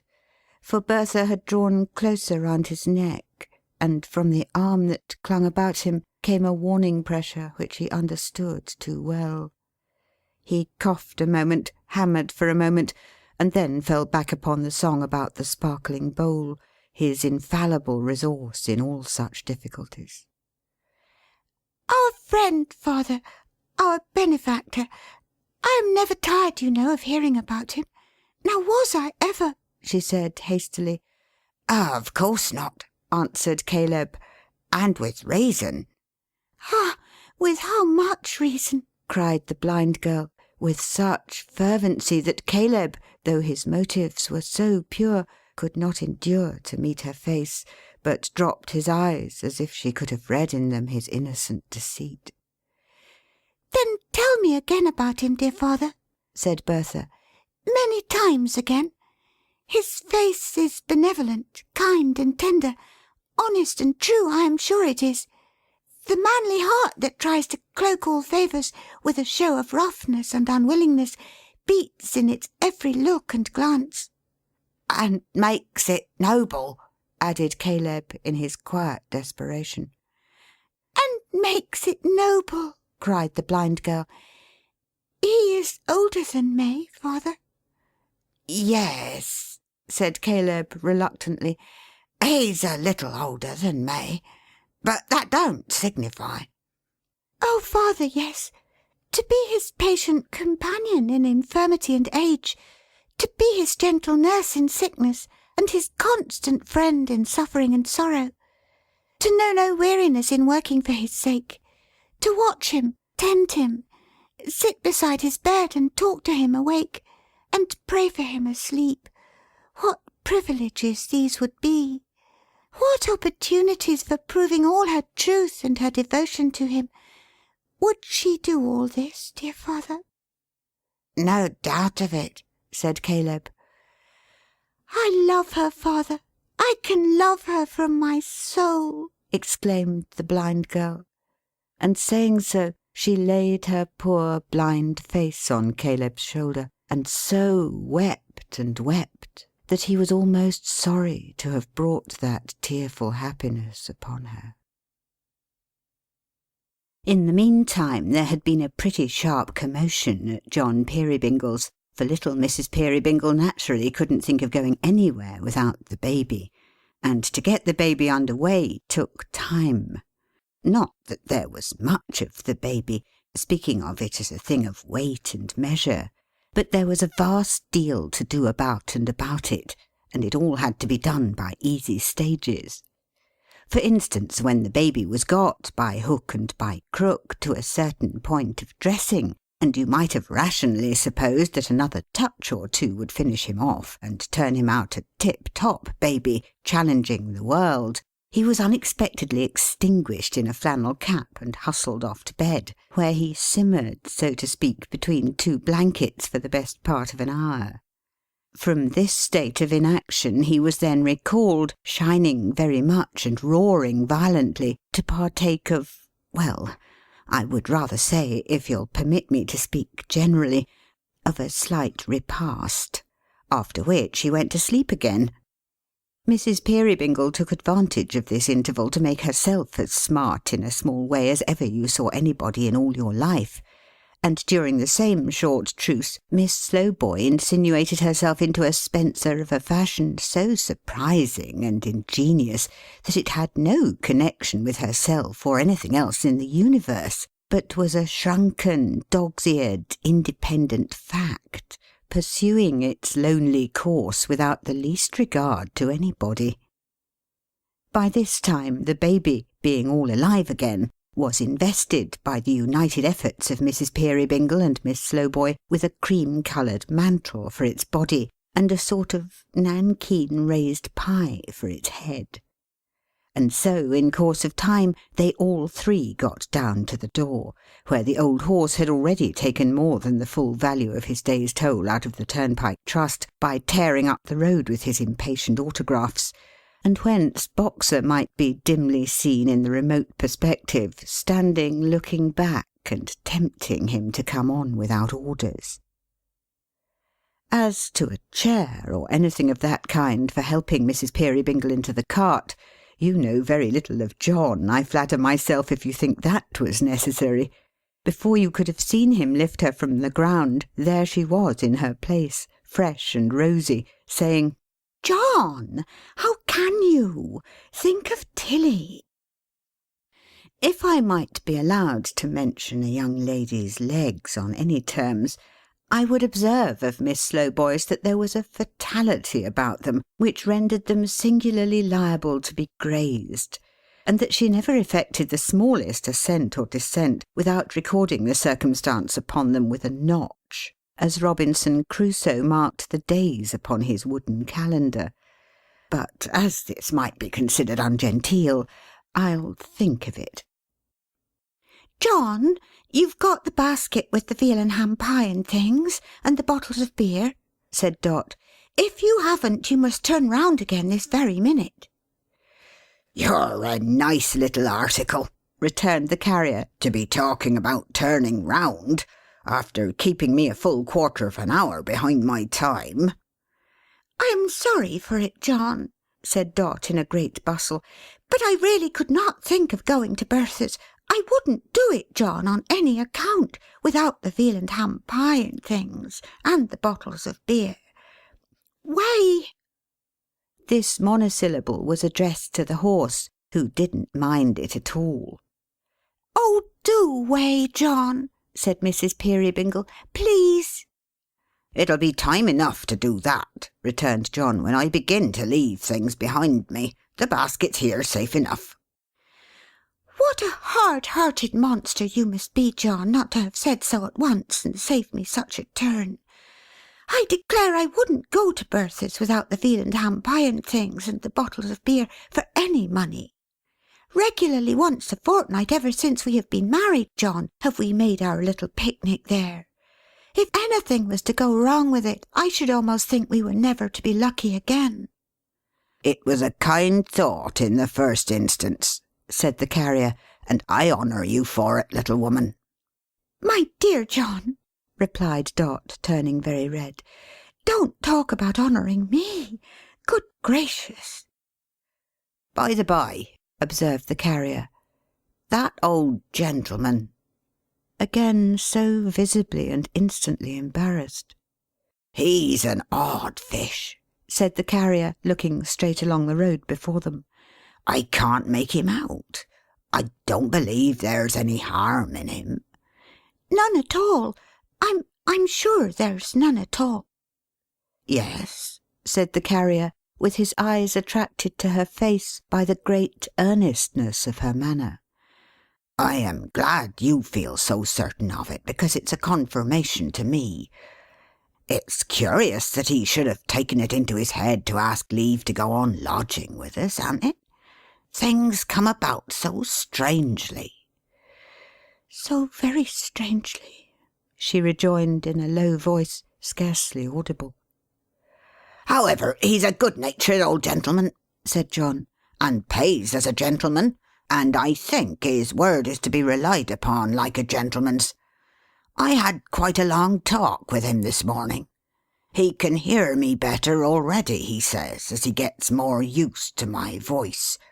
He told me a great deal about himself, and I told him a good deal about myself, and a rare lot of questions he asked me. I gave him information about my having 2 beats, you know, in my business, one day to the right from our house and back again, another day to the left from our house and back again, for he's a stranger and don't know the names of places about here, and he seemed quite pleased. Why, then I shall be returning home tonight your way, he says, when I thought you'd be coming in an exactly opposite direction. That's capital. I may trouble you for another lift, perhaps, but I'll engage not to fall so sound asleep again. He was sound asleep, surely. Dot, what are you thinking of? Thinking of, John? I was listening to you. Oh, that's all right, said the honest carrier. I was afraid from the look of your face that I had gone rambling on so long as to set you thinking about something else. I was very near it, I'll be bound. Dot making no reply, they jogged on for some little time in silence. But it was not easy to remain silent very long in John Peerybingle's cart, for everybody on the road had something to say, and though it might only be, "How are you?" and indeed it was very often nothing else, still to give that back again in the right spirit of cordiality required not merely a nod and a smile, but as wholesome an action of the lungs withal as a long-winded parliamentary speech. Sometimes passengers on foot or horseback plodded on a little way beside the cart for the express purpose of having a chat, and then there was a great deal to be said on both sides. Then Boxer gave occasion to more good-natured recognitions of and by the carrier than half a dozen Christians could have done. Everybody knew him all along the road, especially the fowls and pigs, who, when they saw him approaching with his body all on one side and his ears pricked up inquisitively, and that knob of a tail making the most of itself in the air, immediately withdrew into remote back settlements without waiting for the honour of a nearer acquaintance. He had business everywhere, going down all the turnings, looking into all the wells, bolting in and out of all the cottages, dashing into the midst of all the dame schools, fluttering all the pigeons, magnifying the tails of all the cats, and trotting into the public houses like a regular customer. Wherever he went, somebody or other might have been heard to cry, "Hello, here's Boxer!" and out came that somebody forthwith, accompanied by at least 2 or 3 other somebodies, to give John Peerybingle and his pretty wife good day. The packages and parcels for the errand cart were numerous, and there were many stoppages to take them in and give them out, which were not by any means the worst parts of the journey. Some people were so full of expectation about their parcels, and other people were so full of wonder about their parcels, and other people were so full of inexhaustible directions about their parcels, and John had such a lively interest in all the parcels that it was as good as a play. Likewise there were articles to carry, which required to be considered and discussed, and in reference to the adjustment and disposition of which, councils had to be holden by the carrier and the senders, at which Boxer usually assisted, in short fits of the closest attention, and long fits of tearing round and round the assembled sages, and barking himself hoarse.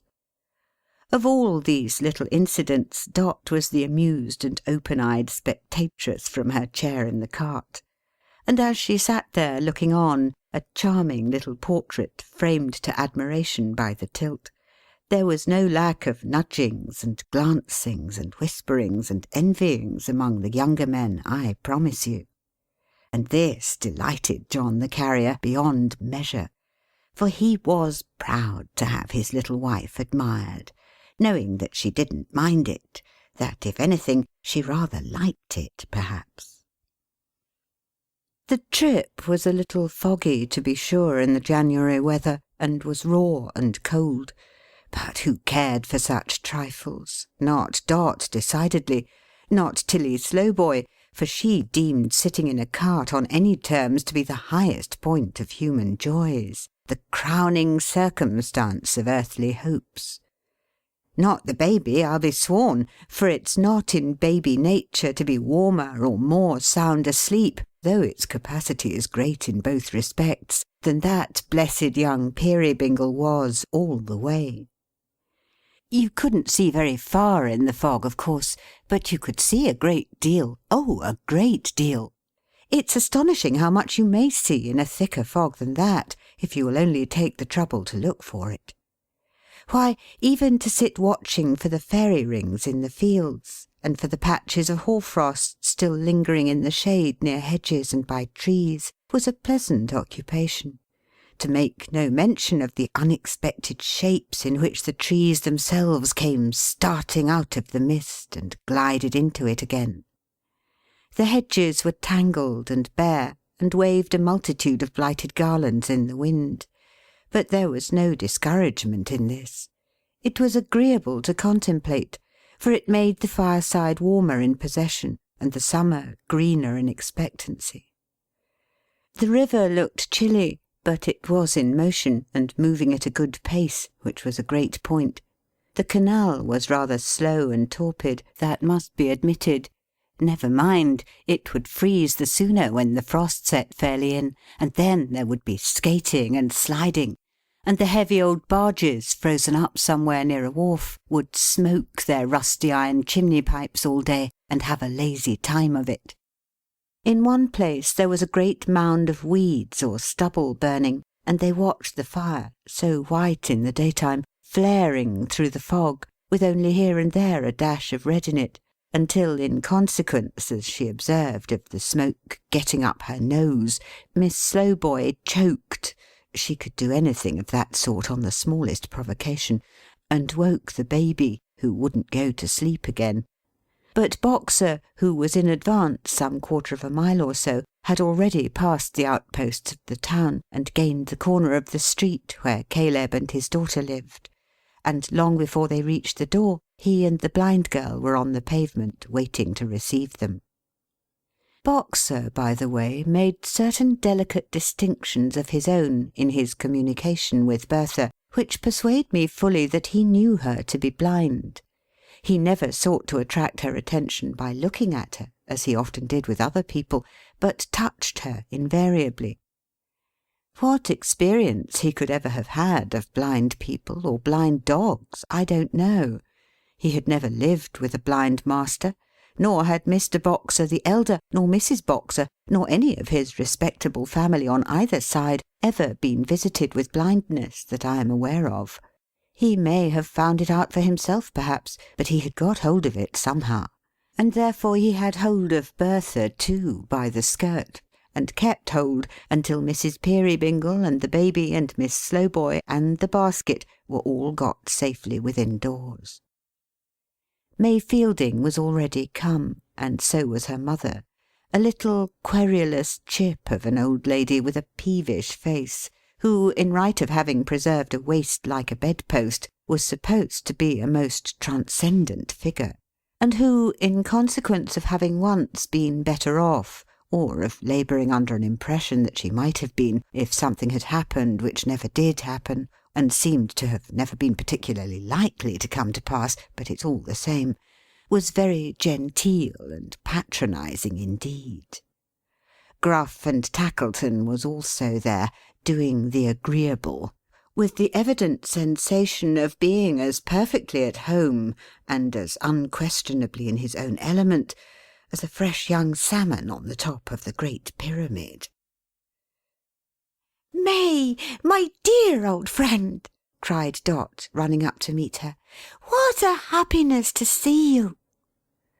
Her old friend was, to the full, as hearty and as glad as she, and it really was, if you'll believe me, quite a pleasant sight to see them embrace. Tackleton was a man of taste beyond all question. May was very pretty. You know sometimes, when you are used to a pretty face, how, when it comes into contact and comparison with another pretty face, it seems for the moment to be homely and faded, and hardly to deserve the high opinion you have had of it.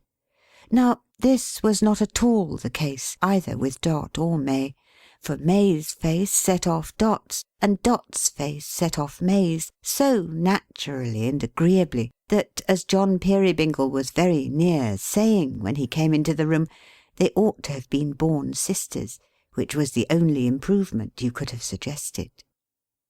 Tackleton had brought his leg of mutton, and, wonderful to relate, a tart besides. But we don't mind a little dissipation when our brides are in the case. We don't get married every day. And in addition to these dainties, there were the veal and ham pie, and things, as Mrs. Peerybingle called them, which were chiefly nuts, and oranges, and cakes, and such small beer.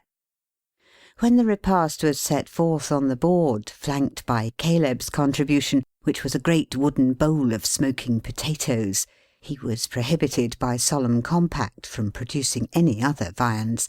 Tackleton led his intended mother-in-law to the post of honour. For the better gracing of this place at the high festival, the majestic old soul had adorned herself with a cap, calculated to inspire the thoughtless with sentiments of awe. She also wore her gloves. But let us be genteel or die.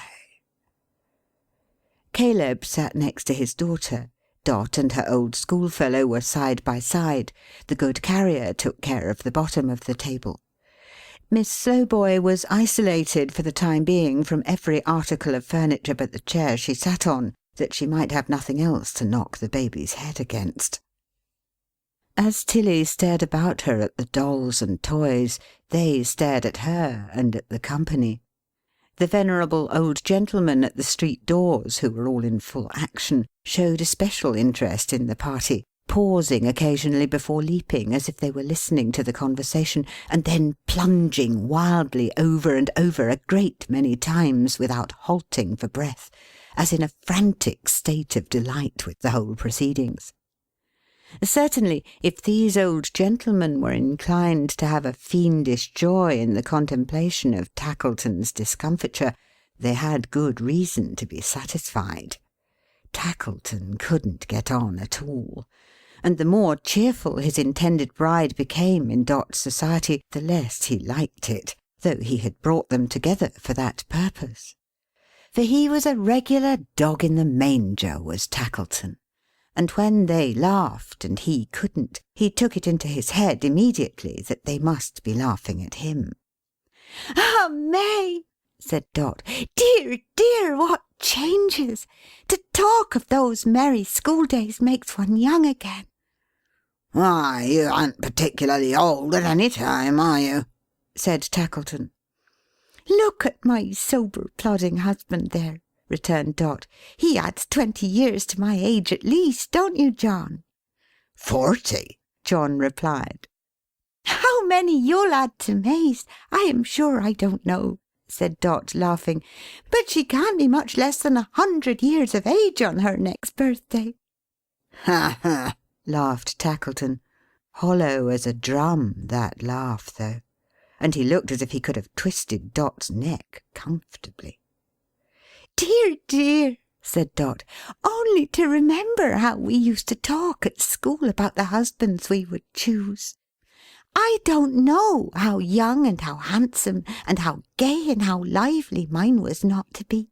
And as to May's, ah dear, I don't know whether to laugh or cry when I think what silly girls we were."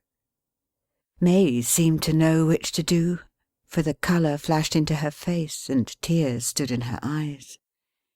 "Even the very persons themselves, real live young men, we fixed on sometimes," said Dot. "We little thought how things would come about. I never fixed on John, I'm sure. I never so much as thought of him. And if I had told you you were ever to be married to Mr. Tackleton, why you'd have slapped me, wouldn't you, May?" Though May didn't say yes, she certainly didn't say no, or express no, by any means. Tackleton laughed. Quite shouted, he laughed so loud. John Peerybingle laughed too, in his ordinary good-natured and contented manner, but his was a mere whisper of a laugh to Tackleton's. "You couldn't help yourselves for all that. You couldn't resist us, you see," said Tackleton. "Here we are! Here we are! Where are your gay young bridegrooms now?" "Some of them are dead," said Dot, "and some of them forgotten. Some of them, if they could stand among us at this moment, would not believe we were the same creatures, would not believe that what they saw and heard was real, and we could forget them so. No, they would not believe one word of it." "Why, Dot!" exclaimed the Carrier. "Little woman!" She had spoken with such earnestness and fire that she stood in need of some recalling to herself without doubt. Her husband's check was very gentle, for he merely interfered, as he supposed, to shield old Tackleton, but it proved effectual, for she stopped and said no more. There was an uncommon agitation even in her silence, which the wary Tackleton, who had brought his half-shut eye to bear upon her, noted closely, and remembered to some purpose too, as you'll see. May uttered no word, good or bad, but sat quite still, with her eyes cast down, and made no sign of interest in what had passed. The good lady her mother now interposed, observing in the first instance that girls were girls, and bygones bygones, and that so long as young people were young and thoughtless, they would probably conduct themselves like young and thoughtless persons, with 2 or 3 other positions of a no less sound and incontrovertible character. She then remarked, in a devout spirit, that she thanked Heaven she had always found in her daughter May a dutiful and obedient child, for which she took no credit to herself, though she had every reason to believe it was entirely owing to herself. With regard to Mr. Tackleton, she said that he was in a moral point of view an undeniable individual, and that he was in an eligible point of view a son-in-law to be desired, no one in their senses could doubt. She was very emphatic here. With regard to the family into which he was so soon about, after some solicitation, to be admitted, she believed Mr. Tackleton knew that, although reduced in purse, it had some pretensions to gentility, and that if certain circumstances, not wholly unconnected, she would go so far as to say, with the indigo trade, but to which she would not more particularly refer, had happened differently, it might perhaps have been in possession of wealth. She then remarked that she would not allude to the past, and would not mention that her daughter had for some time rejected the suit of Mr. Tackleton, and that she would not say a great many other things, which she did say at great length. Finally, she delivered it as the general result of her observation and experience, that those marriages in which there was least of what was romantically and sillily called love were always the happiest, and that she anticipated the greatest possible amount of bliss, not rapturous bliss, but the solid, steady-going article from the approaching nuptials.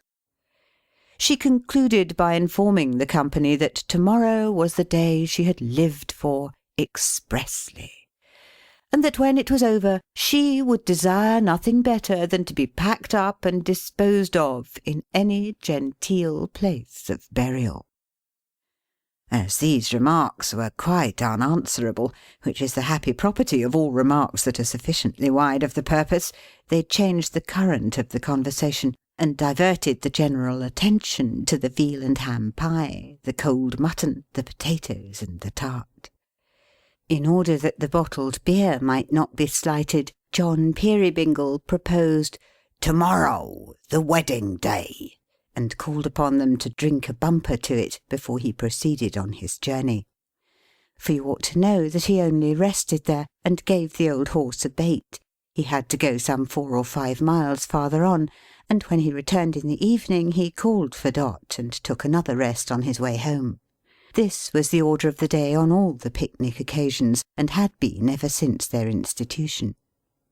There were 2 persons present, besides the bride and bridegroom elect, who did but indifferent honour to the toast. One of these was Dot, too flushed and discomposed to adapt herself to any small occurrence of the moment; the other Bertha, who rose up hurriedly before the rest, and left the table. "Good-bye," said stout John Peerybingle, pulling on his dreadnought coat. "I shall be back at the old time. Good-bye, all." "Good-bye, John," returned Caleb. He seemed to say it by rote, and to wave his hand in the same unconscious manner, for he stood observing Bertha with an anxious, wondering face that never altered its expression. "Good-bye, young shaver," said the jolly carrier, bending down to kiss the child, which Tilly Slowboy, now intent upon her knife and fork, had deposited asleep, and, strange to say, without damage, in a little cot of Bertha's furnishing. "Good-bye. Time will come, I suppose, when you'll turn out into the cold, my little friend, and leave your old father to enjoy his pipe and his rheumatics in the chimney corner, eh? Where's Dot?" "I'm here, John," she said, starting. "Come, come," returned the carrier, clapping his sounding hands. "Where's the pipe?" "I quite forgot the pipe, John." Forgot the pipe! Was such a wonder ever heard of? She forgot the pipe! "I'll fill it directly. It's soon done." But it was not so soon done, either. It lay in the usual place, the carrier's dreadnought pocket, with the little pouch, her own work, from which she was used to fill it, but her hand shook so that she entangled it, and yet her hand was small enough to have come out easily, I am sure, and bungled terribly. The filling of the pipe and lighting it, those little offices in which I have commended her discretion, if you recollect, were vilely done from first to last. During the whole process, Tackleton stood looking on maliciously with the half-closed eye, which, whenever it met hers, or caught it, for it can hardly be said to have ever met another eye, rather being a kind of trap to snatch it up, augmented her confusion in a most remarkable degree. "Why, what a clumsy dot you are this afternoon," said John. "I could have done it better myself, I verily believe." With these good-natured words he strode away, and presently was heard, in company with Boxer, and the old horse, and the cart, making lively music down the road. What time the dreamy Caleb still stood watching his blind daughter, with the same expression on his face. "Bertha," said Caleb softly, "what has happened? How changed you are, my darling, in a few hours, since this morning. You, silent and dull all day. What is it? Tell me." "Oh, father, father!" cried the blind girl, bursting into tears. "Oh, my hard fate!" Caleb drew his hand across his eyes before he answered her. "But think how cheerful and how happy you have been, Bertha. How good and how much loved by many people." "That strikes me to the heart, dear father. Always so mindful of me. Always so kind to me." Caleb was very much perplexed to understand her. To be blind, Bertha, my poor dear," he faltered, "is a great affliction, but—" "I have never felt it," cried the blind girl. "I have never felt it in its fullness. Never. I have sometimes wished that I could see you, or could see him. Only once, dear father. Only for one little minute. That I might know what it is I treasure up," she laid her hands upon her breast, "and hold here. That I might be sure I have it right. And sometimes, but then I was a child, I have wept in my prayers at night, to think that when your images ascended from my heart to heaven, they might not be the true resemblance of yourselves. But I have never had these feelings long. They have passed away and left me tranquil and contented." "And they will again," said Caleb. "But, father, oh, my good, gentle father, bear with me if I am wicked," said the blind girl. "This is not the sorrow that so weighs me down." Her father could not choose but let his moist eyes overflow. She was so earnest and pathetic, but he did not understand her yet. "Bring her to me," said Bertha. "I cannot hold it closed and shut within myself. Bring her to me, father." She knew he hesitated, and said, "May! Bring May!" May heard the mention of her name, and coming quietly towards her, touched her on the arm. The blind girl turned immediately, and held her by both hands.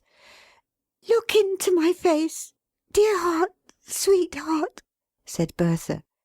"Read it with your beautiful eyes, and tell me if the truth is written on it." "Dear Bertha, yes." The blind girl, still upturning the blank sightless face, down which the tears were coursing fast, addressed her in these words: "There is not in my soul a wish or thought that is not for your good, bright May. There is not in my soul a grateful recollection stronger than the deep remembrance which is stored there of the many, many times when in the full pride of sight and beauty you have had consideration for blind Bertha, even when we two were children, or when Bertha was as much a child as ever blindness can be. Every blessing on your head, light upon your happy course.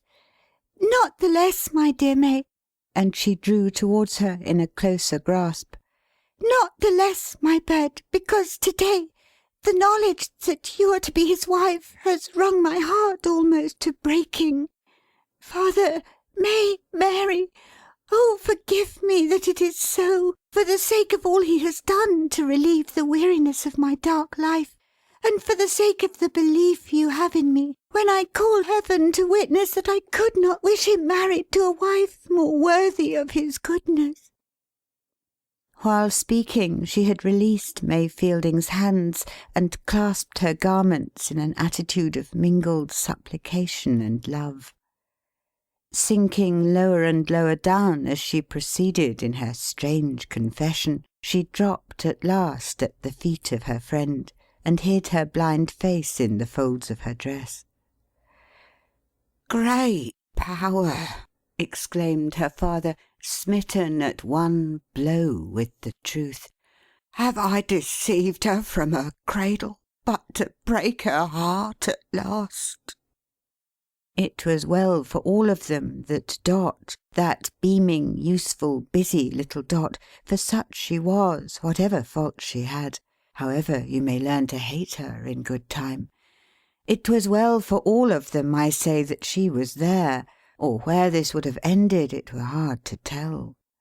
But Dot, recovering her self-possession, interposed before May could reply, or Caleb say another word. "Come, come, dear Bertha, come away with me. Give her your arm, May. So, how composed she is, you see, already, and how good it is of her to mind us," said the cheery little woman, kissing her upon the forehead. "Come away, dear Bertha. Come, and here's her good father will come with her, won't you, Caleb? To be sure." Well, well, she was a noble little Dot in such things, and it must have been an obdurate nature that could have withstood her influence. When she had got poor Caleb and his Bertha away, that they might comfort and console each other, as she knew they only could, she presently came bouncing back, the saying is as fresh as any daisy, I say fresher, to mount guard over that bridling little piece of consequence in the cap and gloves, and prevent the dear old creature from making discoveries.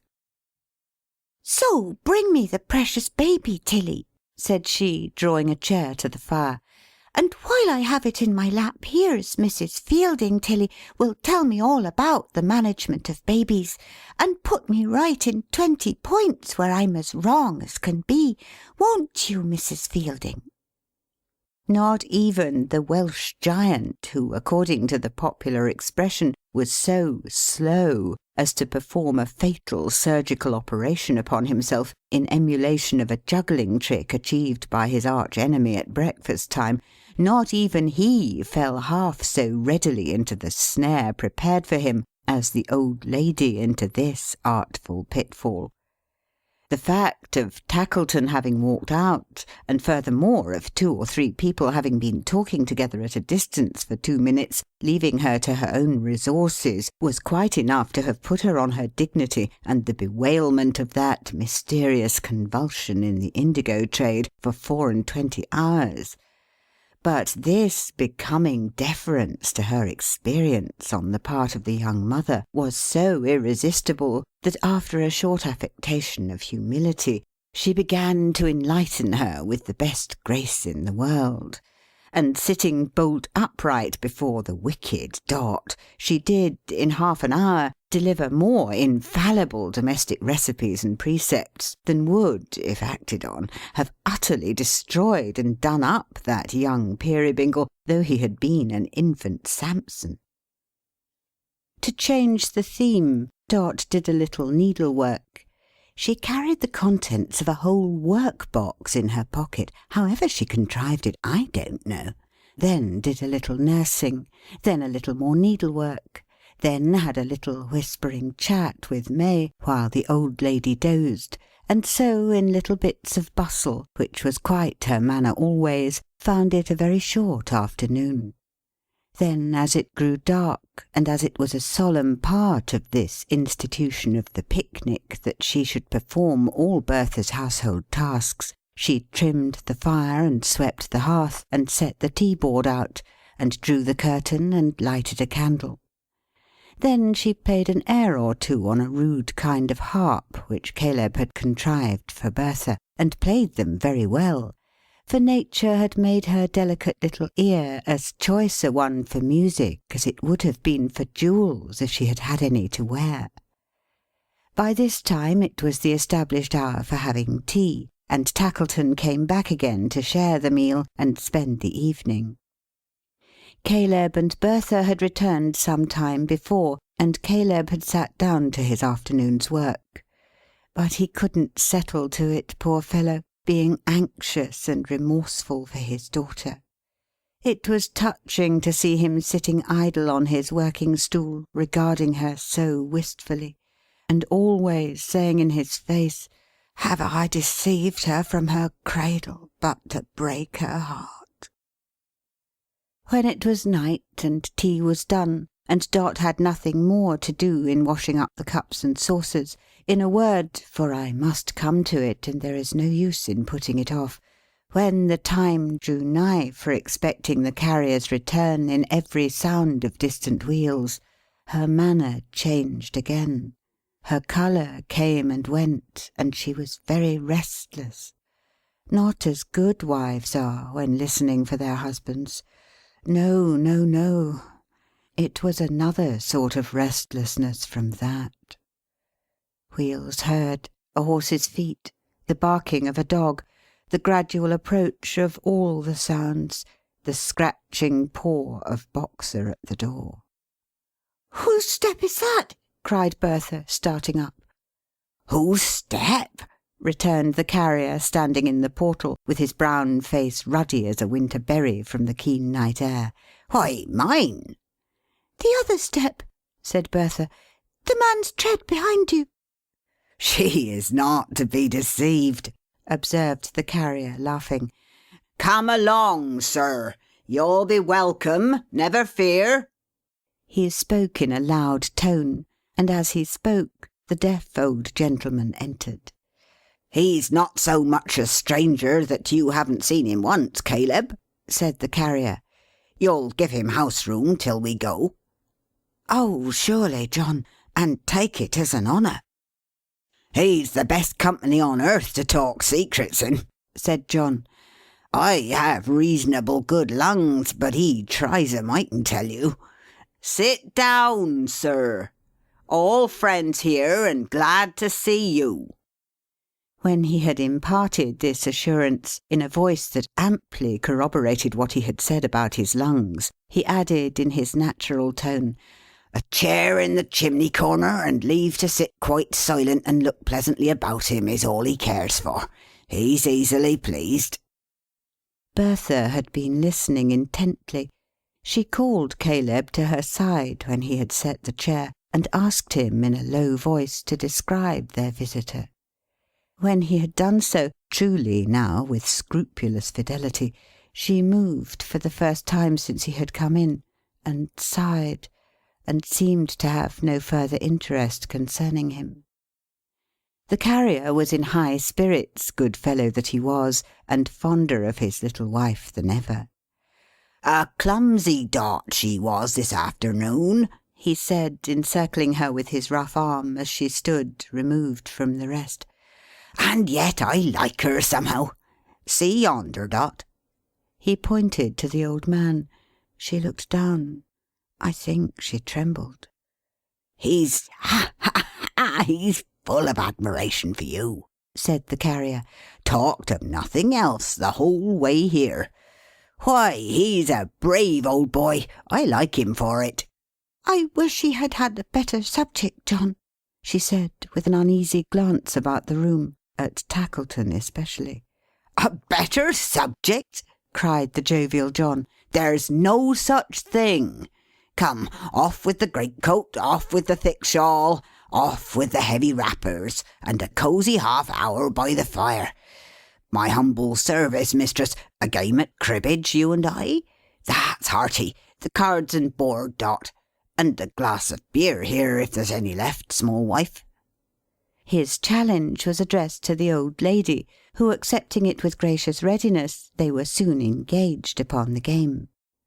At first the Carrier looked about him sometimes with a smile, or now and then called Dot to peep over his shoulder at his hand, and advise him on some knotty point. But his adversary being a rigid disciplinarian, and subject to an occasional weakness in respect of pegging more than she was entitled to, required such vigilance on his part as left him neither eyes nor ears to spare. Thus his whole attention gradually became absorbed upon the cards, and he thought of nothing else until a hand upon his shoulder restored him to a consciousness of Tackleton. "I am sorry to disturb you, but a word directly." "I'm going to deal," returned the Carrier. "It's a crisis." "It is," said Tackleton. "Come here, man." There was that in his pale face which made the other rise immediately, and ask him in a hurry what the matter was. "Hush, John Peerybingle," said Tackleton. "I am sorry for this. I am indeed. I have been afraid of it. I have suspected it from the first." "What is it?" asked the Carrier, with a frightened aspect. "Hush! I'll show you if you'll come with me." The Carrier accompanied him without another word. They went across a yard where the stars were shining, and by a little side door into Tackleton's own counting house, where there was a glass window commanding the wareroom, which was closed for the night. There was no light in the counting house itself, but there were lamps in the long narrow wareroom, and consequently the window was bright. "A moment," said Tackleton. "Can you bear to look through that window, do you think?" "Why not?" returned the Carrier.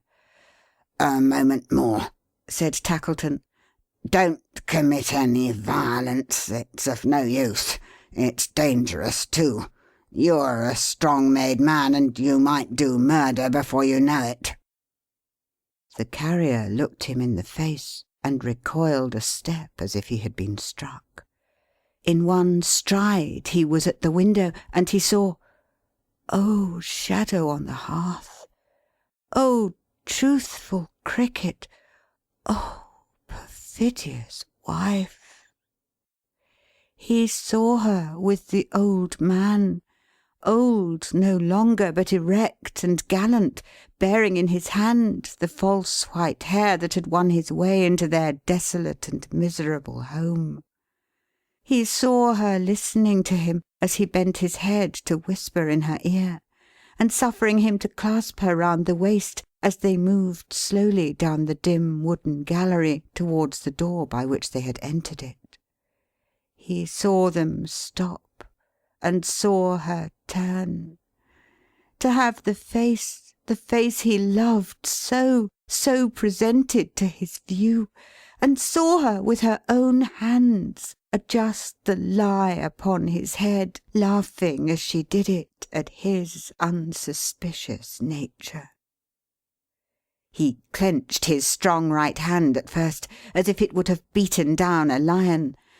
But opening it immediately again, he spread it out before the eyes of Tackleton, for he was tender of her even then, and so, as they passed out, fell down upon a desk, and was as weak as any infant. He was wrapped up to the chin, and busy with his horse and parcels, when she came into the room, prepared for going home. "Now, John dear, good night, May. Good night, Bertha." Could she kiss them? Could she be blithe and cheerful in her parting? Could she venture to reveal her face to them without a blush? Yes. Tackleton observed her closely, and she did all this. Tilly was hushing the baby, and she crossed and recrossed Tackleton a dozen times, repeating drowsily, "Did the knowledge that it was to be its wife's then wring its hearts almost to breaking? And did its fathers deceive it from its cradles but to break its hearts at last?" Now, Tilly, give me the baby. Good night, Mr. Tackleton. Where's John, for goodness sake?" "He's going to walk beside the horse's head," said Tackleton, who helped her to her seat. "My dear John, walk to-night?" The muffled figure of her husband made a hasty sign in the affirmative, and the false stranger and the little nurse being in their places, the old horse moved off. Boxer, the unconscious Boxer, running on before, running back, running round and round the cart, and barking as triumphantly and merrily as ever. When Tackleton had gone off likewise, escorting May and her mother home, poor Caleb sat down by the fire beside his daughter, anxious and remorseful at the core, and still saying in his wistful contemplation of her, "Have I deceived her from her cradle, but to break her heart at last?" The toys that had been set in motion for the baby had all stopped and run down long ago. In the faint light and silence, the imperturbably calm dolls, the agitated rocking horses with distended eyes and nostrils, the old gentlemen at the street doors standing half doubled up upon their failing knees and ankles, the wry-faced nutcrackers, the very beasts upon their way into the ark in twos, like a boarding school out walking, might have been imagined to be stricken motionless with fantastic wonder at Dot being false, or Tackleton beloved, under any combination of circumstances. Chirp the third. The Dutch clock in the corner struck 10 when the Carrier sat down by his fireside. So troubled and grief-worn that he seemed to scare the Cuckoo, who, having cut his 10 melodious announcements as short as possible, plunged back into the Moorish palace again, and clapped his little door behind him, as if the unwonted spectacle were too much for his feelings. If the little Haymaker had been armed with the sharpest of scythes, and had cut at every stroke into the Carrier's heart, he never could have gashed and wounded it as Dot had done. It was a heart so full of love for her, so bound up and held together by innumerable threads of winning remembrance, spun from the daily working of her many qualities of endearment.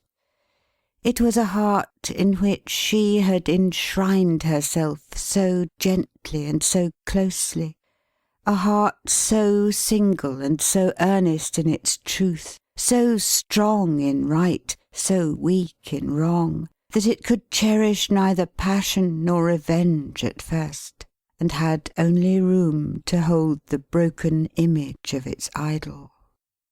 But slowly, slowly, as the Carrier sat brooding on his hearth, now cold and dark, other and fiercer thoughts began to rise within him, as an angry wind comes rising in the night. The stranger was beneath his outraged roof. 3 steps would take him to his chamber door. 1 blow would beat it in. "You might do murder before you know it," Tackleton had said. How could it be murder, if he gave the villain time to grapple with him hand to hand? He was the younger man. It was an ill-timed thought, bad for the dark mood of his mind. It was an angry thought, goading him to some avenging act that should change the cheerful house into a haunted place which lonely travellers would dread to pass by night, and where the timid would see shadows struggling in the ruined windows when the moon was dim, and hear wild noises in the stormy weather. He was the younger man. Yes, yes. Some lover who had won the heart that he had never touched. Some lover of her early choice, of whom she had thought and dreamed, for whom she had pined and pined, when he had fancied her so happy by his side. Oh, agony to think of it! She had been above stairs with the baby, getting it to bed.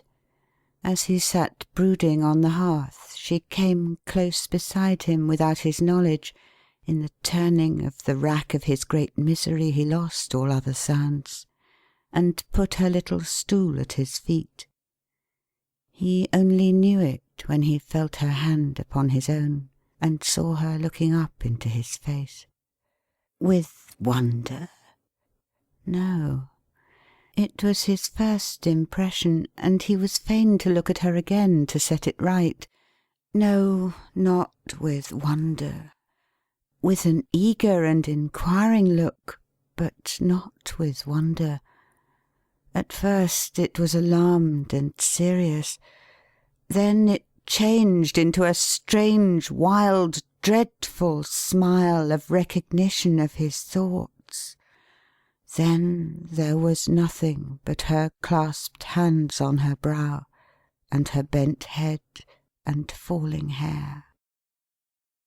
Though the power of omnipotence had been his to wield at that moment, he had too much of its diviner property of mercy in his breast to have turned one feather's weight of it against her. But he could not bear to see her crouching down upon the little seat where he had often looked on her with love and pride, so innocent and gay. And when she rose and left him, sobbing as she went, he felt it a relief to have the vacant place beside him, rather than her so long cherished presence. This in itself was anguish keener than all, reminding him how desolate he was become, and how the great bond of his life was rent asunder. The more he felt this, and the more he knew he could have better borne to see her lying prematurely dead before him, with their little child upon her breast, the higher and the stronger rose his wrath against his enemy. He looked about him for a weapon. There was a gun hanging on the wall. He took it down, and moved a pace or two towards the door of the perfidious stranger's room. He knew the gun was loaded. Some shadowy idea that it was just to shoot this man like a wild beast seized him and dilated in his mind until it grew into a monstrous demon in complete possession of him, casting out all milder thoughts and setting up its undivided empire.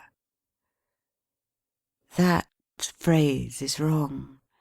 Not casting out his milder thoughts, but artfully transforming them, changing them into scourges to drive him on, turning water into blood, love into hate, gentleness into blind ferocity.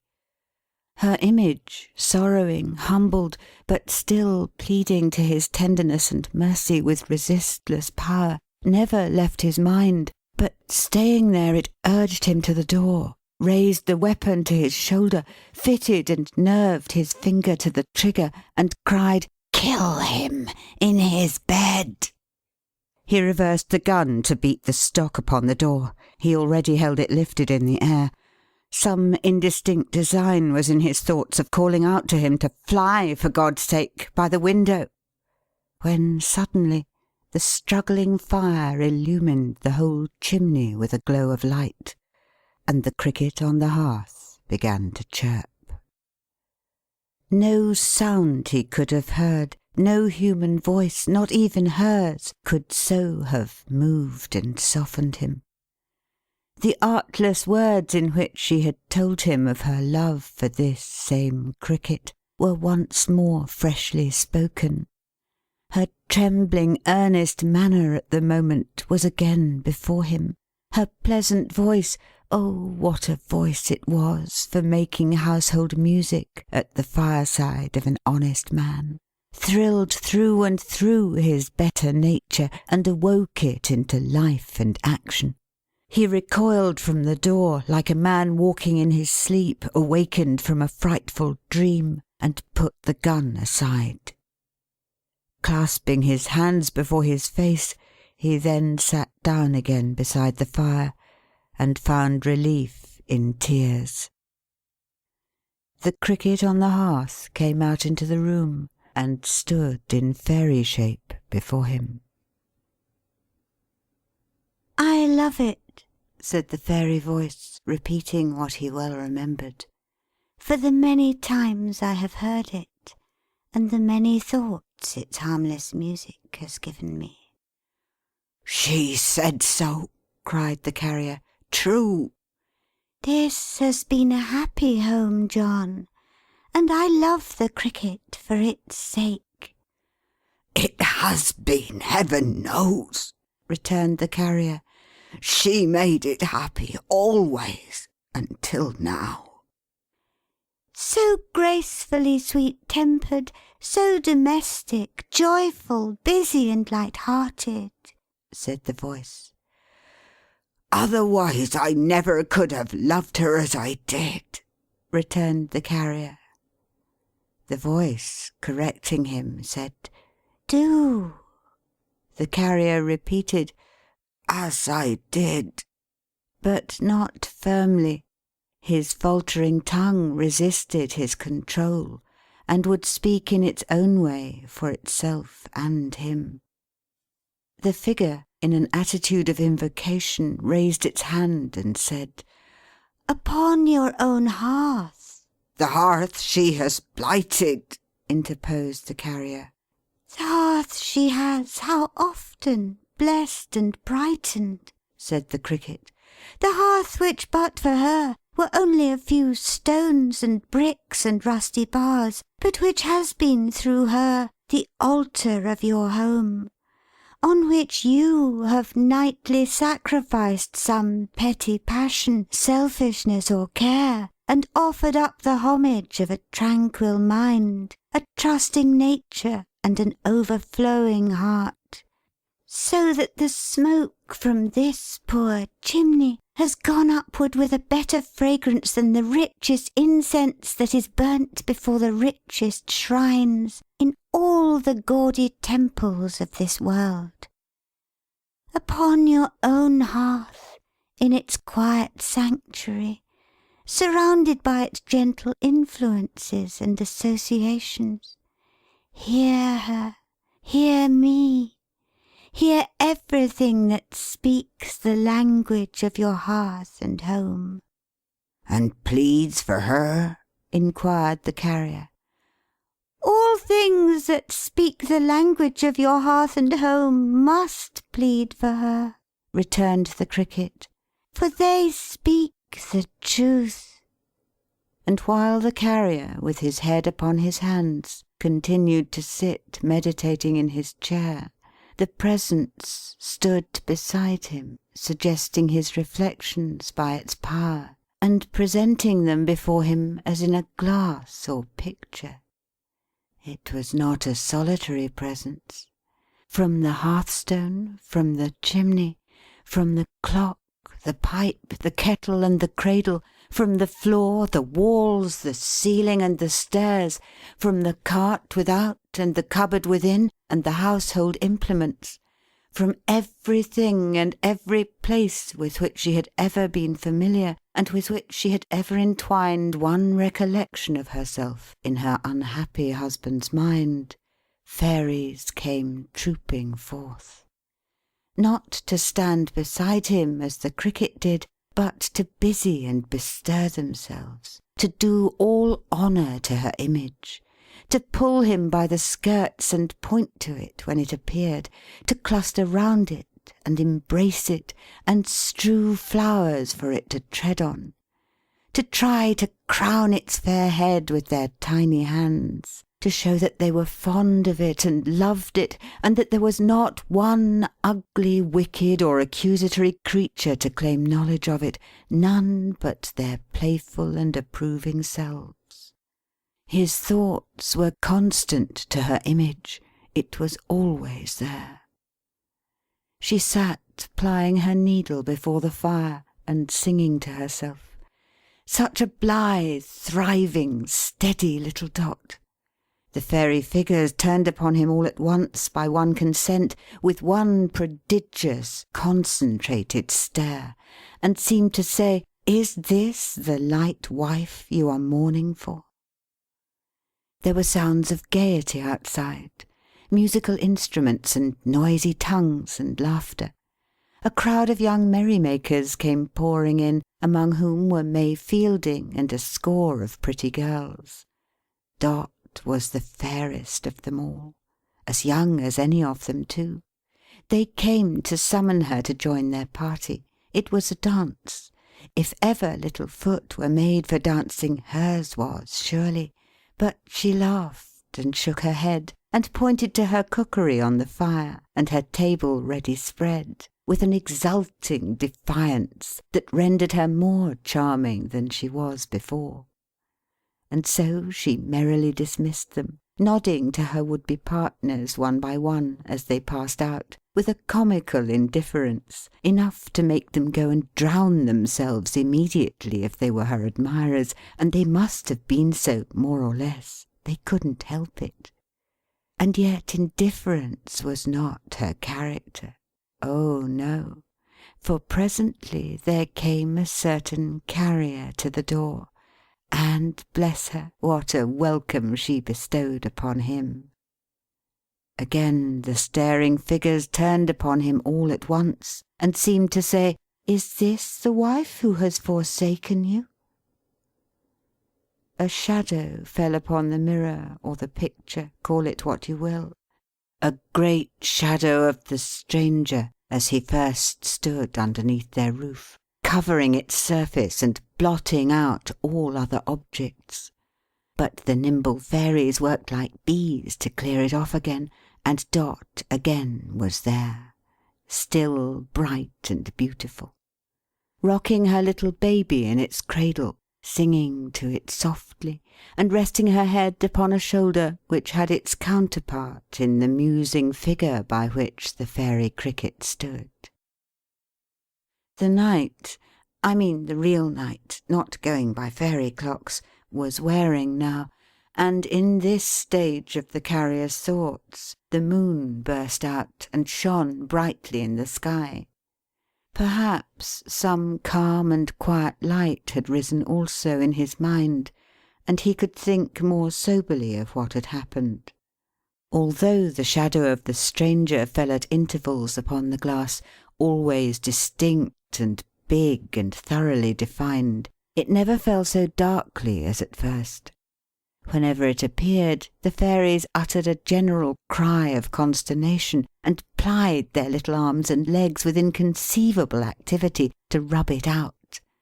And whenever they got at Dot again, and showed her to him once more, bright and beautiful, they cheered in the most inspiring manner. They never showed her otherwise than beautiful and bright, for they were household spirits, to whom falsehood is annihilation, and being so, what Dot was there for them but the one active, beaming, pleasant little creature who had been the light and sun of the Carrier's home? The Fairies were prodigiously excited when they showed her with the baby, gossiping among a knot of sage old matrons, and affecting to be wondrous old and matronly herself, and leaning in a staid, demure old way upon her husband's arm, attempting, she, such a bud of a little woman, to convey the idea of having abjured the vanities of the world in general, and of being the sort of person to whom it was no novelty at all to be a mother. Yet in the same breath they showed her laughing at the Carrier for being awkward, and pulling up his shirt collar to make him smart, and mincing merrily about that very room to teach him how to dance. They turned and stared immensely at him when they showed her with the Blind Girl. For though she carried cheerfulness and animation with her wheresoever she went, she bore those influences into Caleb Plummer's home, heaped up and running over. The Blind Girl's love for her, and trust in her, and gratitude to her, her own good busy way of setting Bertha's thanks aside, her dexterous little arts for filling up each moment of the visit in doing something useful to the house, and really working hard while feigning to make holiday, her bountiful provision of those standing delicacies, the veal and ham pie, and the bottles of beer, her radiant little face arriving at the door and taking leave, the wonderful expression in her whole self, from her neat foot to the crown of her head, of being a part of the establishment, a something necessary to it, which it couldn't be without. All this the fairies revelled in, and loved her for. And once again they looked upon him all at once, appealingly, and seemed to say, while some among them nestled in her dress and fondled her, "Is this the wife who has betrayed your confidence?" More than once, or twice, or thrice, in the long thoughtful night, they showed her to him sitting on her favourite seat, with her bent head, her hands clasped on her brow, her falling hair, as he had seen her last. And when they found her thus, they neither turned nor looked upon him, but gathered close round her, and comforted and kissed her, and pressed on one another to show sympathy and kindness to her, and forgot him altogether. Thus the night passed. The moon went down, the stars grew pale, the cold day broke, the sun rose. The Carrier still sat musing in the chimney corner. He had sat there with his head upon his hands all night. All night the faithful cricket had been chirp, chirp, chirping on the hearth. All night he had listened to its voice. All night the household fairies had been busy with him. All night she had been amiable and blameless in the glass, except when that one shadow fell upon it. He rose up when it was broad day, and washed and dressed himself. He couldn't go about his customary cheerful avocations. He wanted spirit for them. But it mattered the less that it was Tackleton's wedding day, and he had arranged to make his rounds by proxy.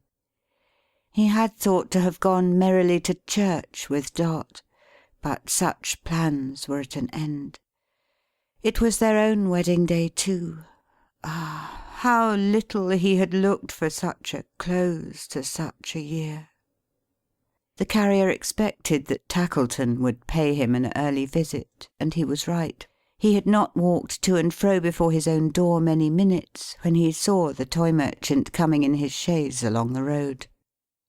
As the chaise drew nearer, he perceived that Tackleton was dressed out sprucely for his marriage, and had decorated his horse's head with flowers and favours.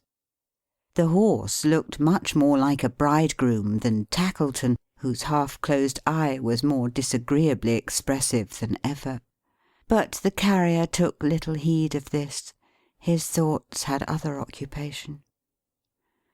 "John Peerybingle," said Tackleton with an air of condolence. "My good fellow, how do you find yourself this morning?" "I have had but a poor night, Master Tackleton," returned the Carrier, shaking his head, "for I have been a good deal disturbed in my mind. But it's over now. Can you spare me half an hour or so for some private talk?" "I came on purpose," returned Tackleton, alighting. "Never mind the horse. He'll stand quiet enough with the reins over this post, if you'll give him a mouthful of hay." The Carrier having brought it from his stable and set it before him, they turned into the house. "You were not married before noon," he said, "I think." "No," answered Tackleton. "Plenty of time, plenty of time." When they entered the kitchen, Tilly Slowboy was rapping at the stranger's door, which was only removed from it by a few steps. One of her very red eyes, for Tilly had been crying all night long because her mistress cried, was at the keyhole, and she was knocking very loud, and seemed frightened. "If you please, I can't make nobody hear," said Tilly, looking round. "I hope nobody ain't gone and been and died, if you please." This philanthropic wish Miss Slowboy emphasized with various new raps and kicks at the door, which led to no result whatever. "Shall I go?" said Tackleton. "It's curious." The carrier, who had turned his face from the door, signed to him to go if he would. So Tackleton went, to Tilly Slowboy's relief. And he too kicked and knocked, and he too failed to get the least reply. But he thought of trying the handle of the door, and as it opened easily, he peeped in, looked in, went in, and soon came running out again. "John Peerybingle," said Tackleton in his ear, "I hope there has been nothing rash in the night." The carrier turned upon him quickly. "Because he's gone," said Tackleton, "and the window's open. I don't see any marks. To be sure, it's almost on a level with the garden, but I was afraid there might have been some scuffle, eh?" He nearly shut up the expressive eye altogether, he looked at him so hard. And he gave his eye, and his face, and his whole person a sharp twist, as if he would have screwed the truth out of him. "Make yourself easy," said the carrier. "He went into that room last night without harm in word or deed from me, and no one has entered it since. He is away of his own free will. I'd go out gladly at that door, and beg my bread from house to house for life, if I could so change the past that he had never come. But he has come and gone, and I have done with him." "Oh, well, I think he's got off pretty easily," said Tackleton, taking a chair. The sneer was lost upon the carrier, who sat down too, and shaded his face with his hand for some little time before proceeding. "You showed me last night," he said at length, my wife that I love secretly and tenderly," insinuated Tackleton, "conniving at that man's disguise, and giving him opportunities of meeting her alone. I think there's no sight I wouldn't have rather seen than that. I think there's no man in the world I wouldn't have rather had to show it me." "I confess to having had my suspicions always," said Tackleton, "and that has made me objectionable here, I know." "But as you did show it me," pursued the carrier, not minding him, "and as you saw her, my wife that I love." His voice and eye and hand grew steadier and firmer as he repeated these words, evidently in pursuance of a steadfast purpose. "As you saw her at this disadvantage, it is right and just that you should also see with my eyes, and look into my breast, and know what my mind is upon the subject.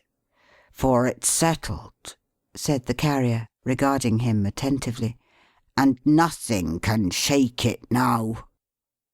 Tackleton muttered a few general words of assent about its being necessary to vindicate something or other, but he was overawed by the manner of his companion.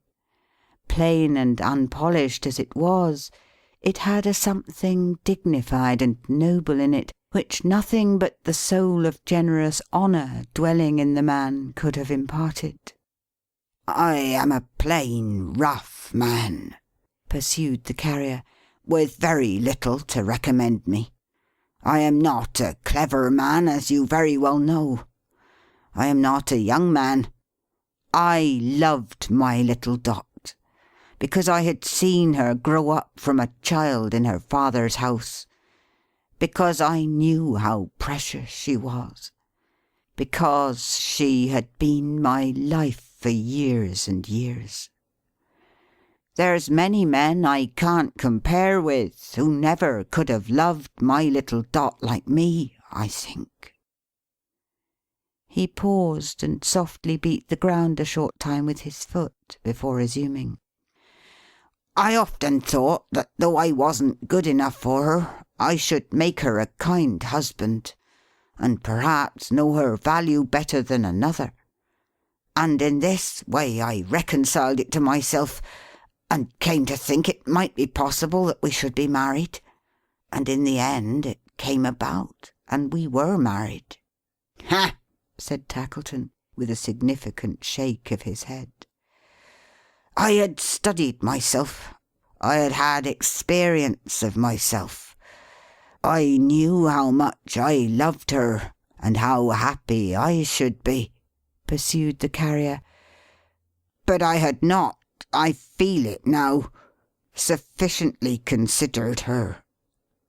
"To be sure," said Tackleton. "Giddiness, frivolity, fickleness, love of admiration, not considered, all left out of sight, huh?"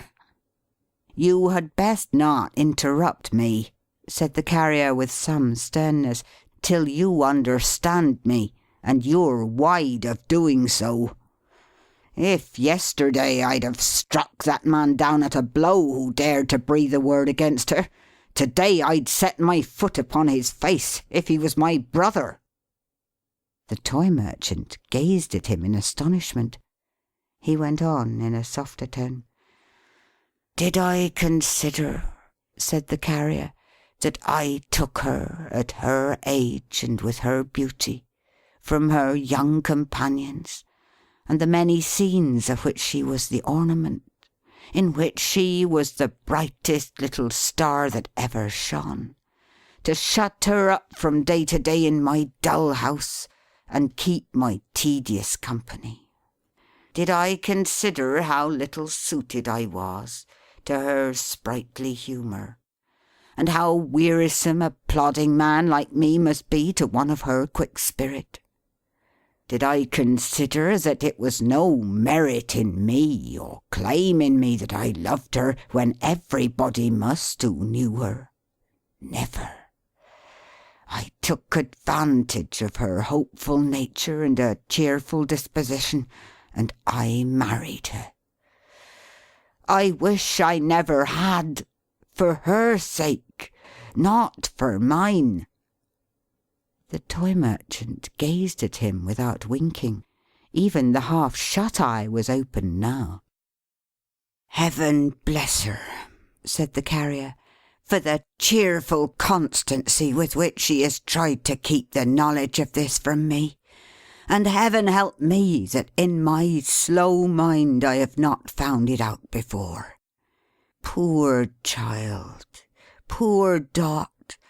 I not to find it out, who have seen her eyes fill with tears when such a marriage as our own was spoken of. I, who have seen the secret trembling on her lips 100 times, and never suspected it till last night. Poor girl! That I could ever hope she would be fond of me. That I could ever believe she was." "She made a show of it," said Tackleton. "She made such a show of it, that to tell you the truth, it was the origin of my misgivings." And here he asserted the superiority of May Fielding, who certainly made no sort of show of being fond of him. "She has tried," said the poor Carrier, with greater emotion than he had exhibited yet. "I only now begin to know how hard she has tried to be my dutiful and zealous wife. How good she has been, how much she has done, how brave and strong a heart she has. Let the happiness I have known under this roof bear witness. It will be some help and comfort to me when I am here alone." "Here alone?" said Tackleton. "Oh, then you do mean to take some notice of this?" "I mean," returned the Carrier, "to do her the greatest kindness, and make her the best reparation in my power. I can release her from the daily pain of an unequal marriage, and the struggle to conceal it. She shall be as free as I can render her." "Make her reparation?" exclaimed Tackleton, twisting and turning his great ears with his hands. "There must be something wrong here. You didn't say that, of course." The Carrier set his grip upon the collar of the Toy Merchant and shook him like a reed. "Listen to me," he said, "and take care that you hear me right. Listen to me. Do I speak plainly?"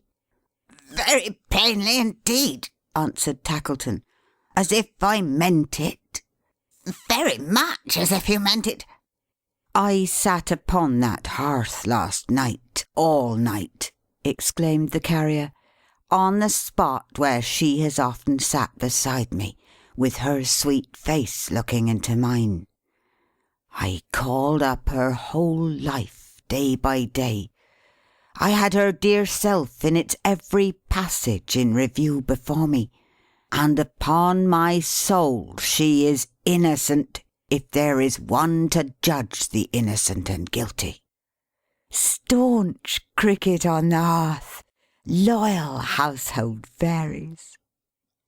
"Passion and distrust have left me," said the Carrier, "and nothing but my grief remains. In an unhappy moment, some old lover, better suited to her tastes and years than I, forsaken perhaps for me against her will, returned.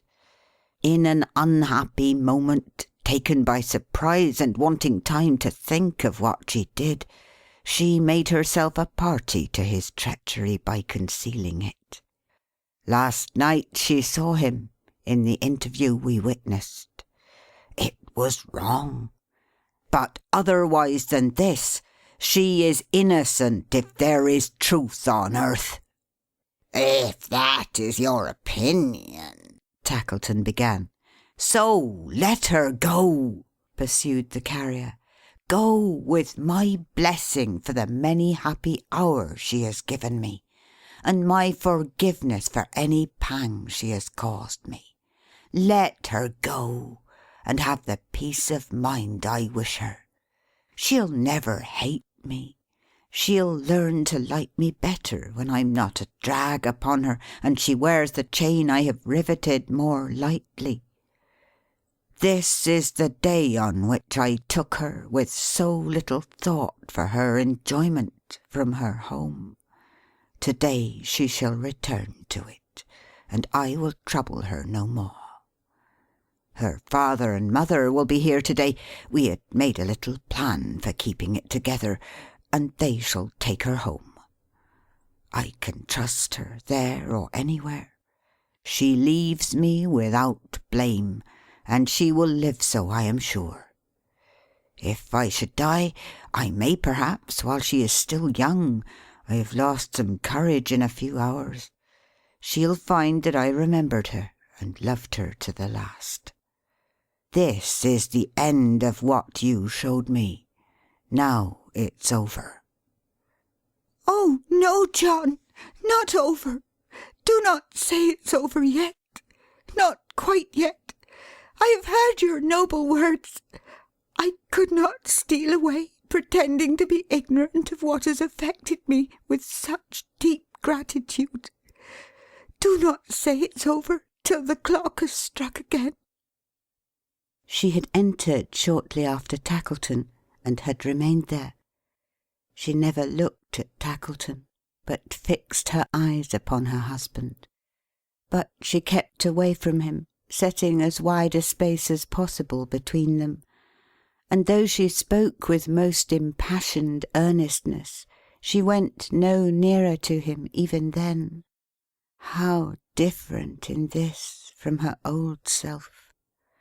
"No hand can make the clock which will strike again for me the hours that are gone," replied the Carrier with a faint smile. "But let it be so, if you will, my dear. It will strike soon. It's of little matter what we say. I'd try to please you in a harder case than that." "Well," muttered Tackleton, "I must be off, for when the clock strikes again, it'll be necessary for me to be upon my way to church. Good morning, John Peerybingle. I'm sorry to be deprived of the pleasure of your company. Sorry for the loss and the occasion of it, too." "I have spoken plainly," said the carrier, accompanying him to the door. "Oh, quite." "And you'll remember what I have said?" "Why, if you compel me to make the observation," said Tackleton, previously taking the precaution of getting into his chaise, "I must say that it was so very unexpected that I'm far from being likely to forget it." "The better for us both," returned the carrier. "Good bye. I give you joy." "I wish I could give it to you," said Tackleton, "as I can't, thank ye. Between ourselves, as I told you before, I don't much think I shall have the less joy in my married life, because May hasn't been too officious about me and too demonstrative.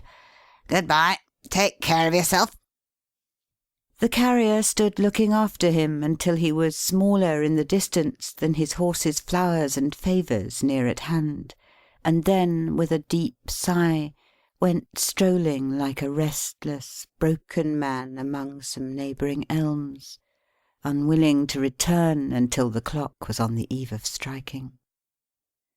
His little wife, being left alone, sobbed piteously, but often dried her eyes and checked herself to say how good he was, how excellent he was, and once or twice she laughed so heartily, triumphantly, and incoherently, still crying all the time, that Tilly was quite horrified. "Oh, if you please, don't!" said Tilly. "It's enough to dead and bury the baby, so it is, if you please." "Will you bring him sometimes to see his father, Tilly?" inquired her mistress, drying her eyes, "when I can't live here, and have gone to my old home?" "Oh, if you please, don't!" cried Tilly, throwing back her head and bursting out into a howl. She looked at the moment uncommonly like Boxer. "Oh, if you please, don't! Oh, what has everybody gone and been and done with everybody, making everybody else so wretched! Oh!" The soft-hearted Slowboy trailed off at this juncture into such a deplorable howl, the more tremendous from its long suppression, that she must infallibly have awakened the baby and frightened him into something serious, probably convulsions, if her eyes had not encountered Caleb Plummer leading in his daughter. This spectacle restoring her to a sense of the proprieties, she stood for some few moments silent, with her mouth wide open, and then, posting off to the bed on which the baby lay asleep, danced in a weird St. Vitus manner on the floor, and at the same time rummaged with her face and head among the bedclothes, apparently deriving much relief from those extraordinary operations. "Mary," said Bertha, "not at the marriage?" "I told her you would not be there, Mum," whispered Caleb. "I heard as much last night. But, bless you," said the little man, taking her tenderly by both hands, "I don't care for what they say. I don't believe them. There ain't much of me, but that little should be torn to pieces sooner than I'd trust a word against you." He put his arms about her neck and hugged her, as a child might have hugged one of his own dolls. "Bertha couldn't stay at home this morning," said Caleb. "She was afraid, I know, to hear the bells ring, and couldn't trust herself to be so near them on their wedding day. So we started in good time and came here. I have been thinking of what I have done," said Caleb, after a moment's pause. "I have been blaming myself till I hardly knew what to do or where to turn, for the distress of mind I have caused her. And I've come to the conclusion that I'd better, if you'll stay with me, Mum, the while, tell her the truth. You'll stay with me the while?" he inquired, trembling from head to foot. "I don't know what effect it may have upon her. I don't know what she'll think of me. I don't know that she'll ever care for her poor father afterwards. But it's best for her that she should be undeceived, and I must bear the consequences as I deserve." "Mary," said Bertha, "where is your hand? Ah, here it is, here it is," pressing it to her lips with a smile and drawing it through her arm. "I heard them speaking softly among themselves last night, of some blame against you. They were wrong." The carrier's wife was silent. Caleb answered for her. "They were wrong," he said. "I knew it!" cried Bertha, proudly. "I told them so. I scorn to hear a word. Blame her with justice." She pressed the hand between her own, and the soft cheek against her face. "No, I am not so blind as that." Her father went on one side of her, while Dot remained upon the other, holding her hand. "I know you all," said Bertha, "better than you think. But none so well as her. Not even you, father. There is nothing half so real and so true about me as she is. If I could be restored to sight this instant, and not a word was spoken, I could choose her from a crowd. My sister." "Bertha, my dear," said Caleb, "I have something on my mind I want to tell you, while we three are alone. Hear me kindly. I have a confession to make to you, my darling." "A confession, father?" "I have wandered from the truth, and lost myself, my child," said Caleb, with a pitiable expression in his bewildered face. "I have wandered from the truth, intending to be kind to you, and have been cruel." She turned her wonder-stricken face towards him, and repeated, "Cruel? He accuses himself too strongly, Bertha," said Dot. "You'll say so presently. You'll be the first to tell him so." "He cruel to me!" cried Bertha, with a smile of incredulity. "Not meaning it, my child," said Caleb. "But I have been, though I never suspected it till yesterday. My dear blind daughter, hear me and forgive me. The world you live in, heart of mine, doesn't exist as I have represented it. The eyes you have trusted in have been false to you." She turned her wonder-stricken face towards him still, but drew back and clung closer to her friend. "Your road in life was rough, my poor one," said Caleb, "and I meant to smooth it for you. I have altered objects, changed the characters of people, invented many things that never have been, to make you happier. I have had concealments from you, put deceptions on you, God forgive me, and surrounded you with fancies." "But living people are not fancies," she said hurriedly, and turning very pale, and still retiring from him. "You can't change them." "I have done so, Bertha," pleaded Caleb. "There is one person that you know, my dove." "Oh, father, why do you say I know?" she answered in a tone of keen reproach. "What and whom do I know? I who have no leader. I so miserably blind." In the anguish of her heart, she stretched out her hands as if she were groping her way, then spread them in a manner most forlorn and sad upon her face. "The marriage that takes place to-day," said Caleb, "is with a stern, sordid, grinding man. A hard master to you and me, my dear, for many years. Ugly in his looks and in his nature. Cold and callous always. Unlike what I have painted him to you in everything, my child. In everything." "Oh, why?" cried the Blind Girl, tortured, as it seemed, almost beyond endurance. Why did you ever do this? Why did you ever fill my heart so full, and then come in like death, and tear away the objects of my love? Oh, heaven, how blind I am! How helpless and alone!" Her afflicted father hung his head, and offered no reply but in his penitence and sorrow.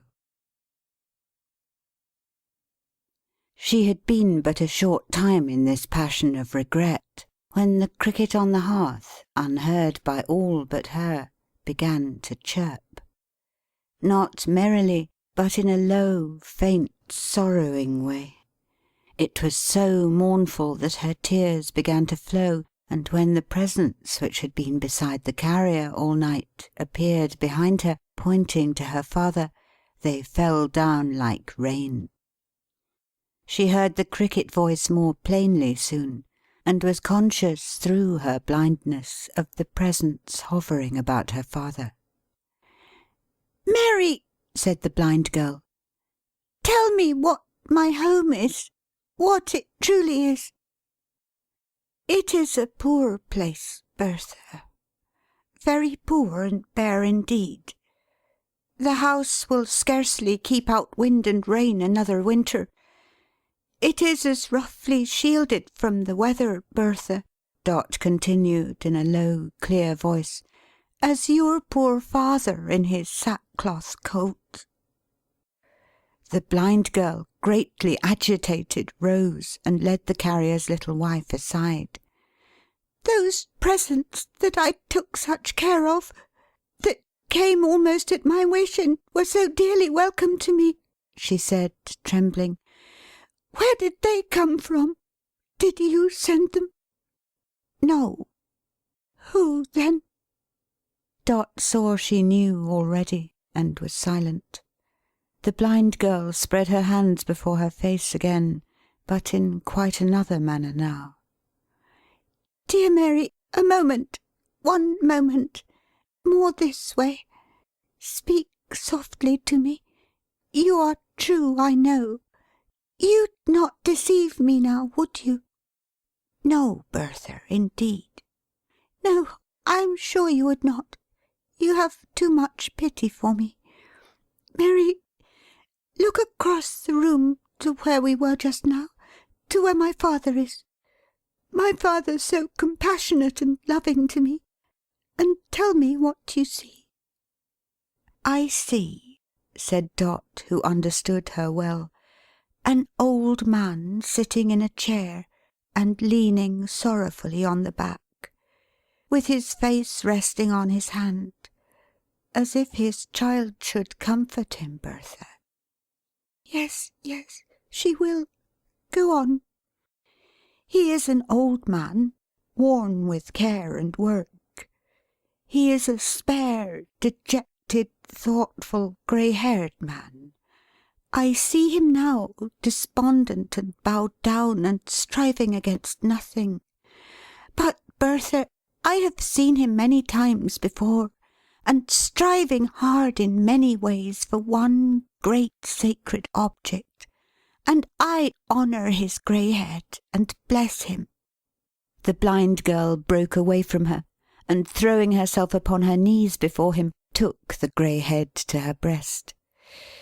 "It is my sight restored! It is my sight!" she cried. "I have been blind, and now my eyes are open. I never knew him.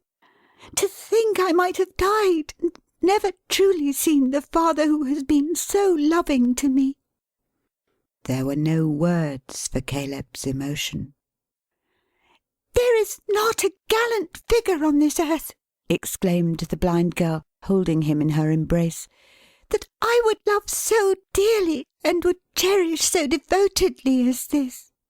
The greyer and more worn, the dearer father. Never let them say I am blind again. There's not a furrow in his face, there's not a hair upon his head, that shall be forgotten in my prayers and thanks to Heaven." Caleb managed to articulate, "My Bertha."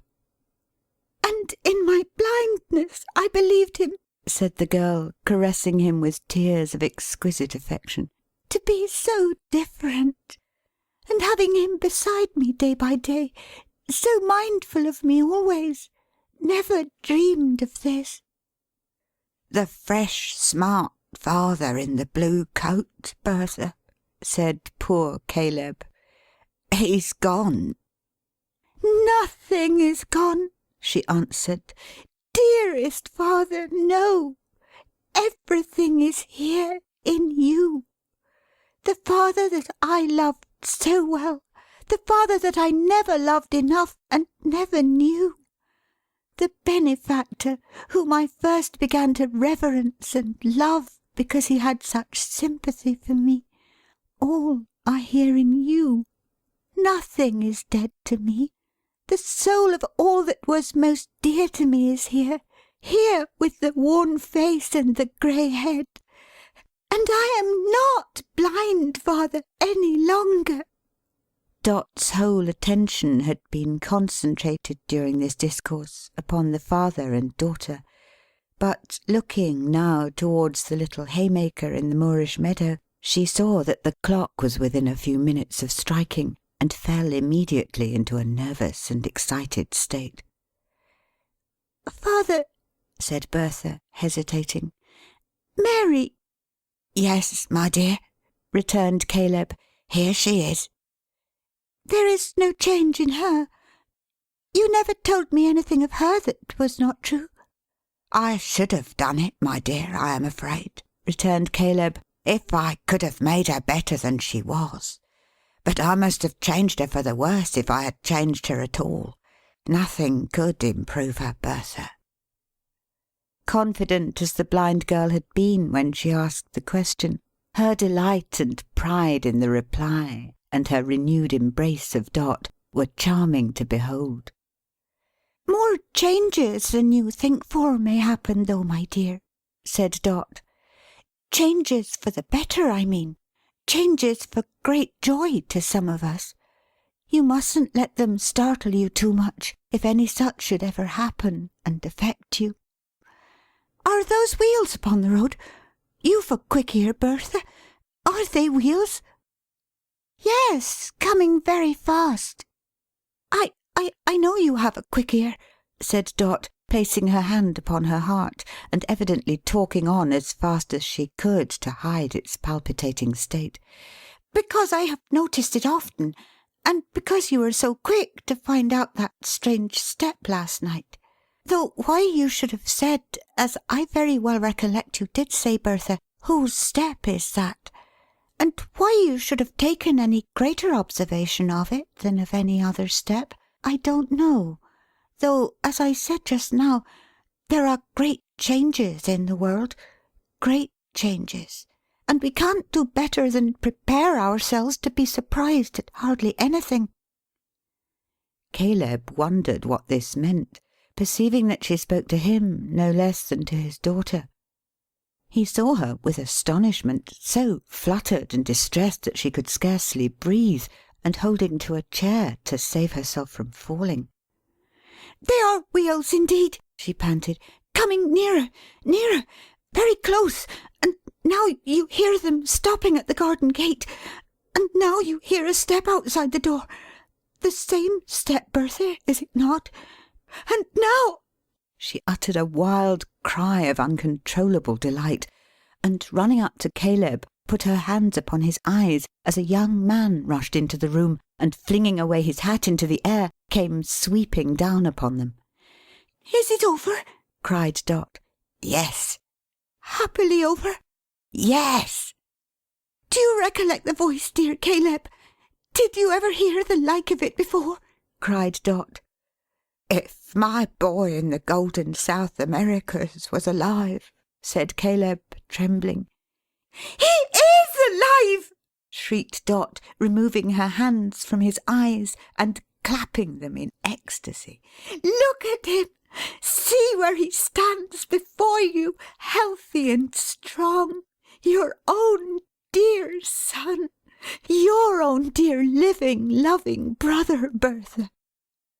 All honour to the little creature for her transports, all honour to her tears and laughter when the three were locked in one another's arms, all honour to the heartiness with which she met the sunburnt sailor fellow with his dark streaming hair half way, and never turned her rosy little mouth aside, but suffered him to kiss it freely, and to press her to his bounding heart.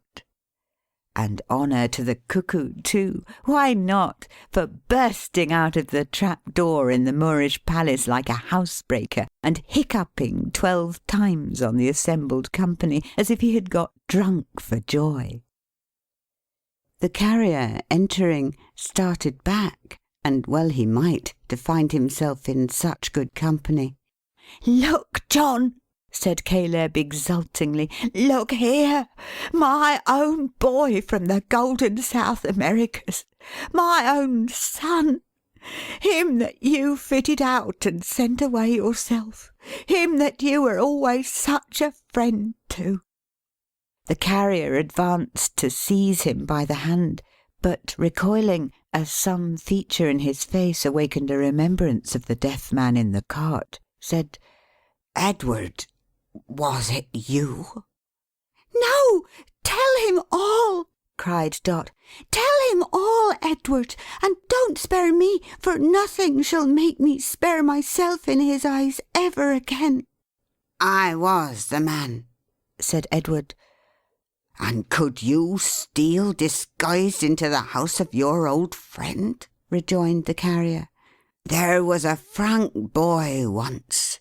How many years is it, Caleb, since we heard that he was dead, and had it proved, we thought, who never would have done that?" "There was a generous friend of mine once, more a father to me than a friend," said Edward, "who never would have judged me or any other man unheard. You were he. So I am certain you will hear me now." The Carrier, with a troubled glance at Dot, who still kept far away from him, replied, "Well, that's but fair. I will." "You must know that when I left here, a boy," said Edward, "I was in love, and my love was returned. She was a very young girl, who perhaps, you may tell me, didn't know her own mind. But I knew mine, and I had a passion for her." "You had?" exclaimed the Carrier. "You?" "Indeed I had," returned the other, "and she returned it. I have ever since believed she did, and now I am sure she did." "Heaven help me!" said the Carrier. "This is worse than all." "Constant to her," said Edward, "and returning full of hope after many hardships and perils to redeem my part of our old contract, I heard, 20 miles away, that she was false to me, that she had forgotten me, and had bestowed herself upon another and a richer man. I had no mind to reproach her, but I wished to see her, and to prove beyond dispute that this was true. I hoped she might have been forced into it against her own desire and recollection. It would be small comfort, but it would be some, I thought, and on I came, that I might have the truth, the real truth, observing freely for myself and judging for myself, without obstruction on the one hand, or presenting my own influence, if I had any, before her on the other. I dressed myself unlike myself, you know how, and waited on the road, you know where. You had no suspicion of me, neither had she," pointing to Dot, "until I whispered in her ear at that fireside, and she so nearly betrayed me." "But when she knew that Edward was alive and had come back," sobbed Dot, now speaking for herself, as she had burned to do all through this narrative, "and when she knew his purpose, she advised him by all means to keep his secret close, for his old friend John Peerybingle was much too open in his nature, and too clumsy in all artifice, being a clumsy man in general," said Dot, half laughing and half crying, "to keep it for him. And when she, that's me, John," sobbed the little woman, "told him all, and how his sweetheart had believed him to be dead, and how she had at last been over persuaded by her mother into a marriage which the silly dear old thing called advantageous, and when she, that's me again, John, told him that they were not yet married, though close upon it, and that it would be nothing but a sacrifice if it went on, for there was no love on her side, and when he went nearly mad with joy to hear it, then she, that's me again, said she would go between them, as she had often done before in old times, John, and would sound his sweetheart and be sure that what she, me again, John, said and thought was right. And it was right, John, and they were brought together, John, and they were married, John, an hour ago, and here's the bride. And Gruff and Tackleton may die a bachelor, and I'm a happy little woman, May. God bless you." She was an irresistible little woman, if that be anything to the purpose, and never so completely irresistible as in her present transports. There never were congratulations so endearing and delicious as those she lavished on herself and on the bride. Amid the tumult of emotions in his breast, the honest Carrier had stood confounded. Flying now towards her, Dot stretched out her hand to stop him, and retreated as before. "No, John, no. Hear all. Don't love me any more, John, till you've heard every word I have to say. It was wrong to have a secret from you, John. I'm very sorry. I didn't think it any harm, till I came and sat down by you on the little stool last night. But when I knew by what was written in your face that you had seen me walking in the gallery with Edward, and knew what you thought, I felt how giddy and how wrong it was.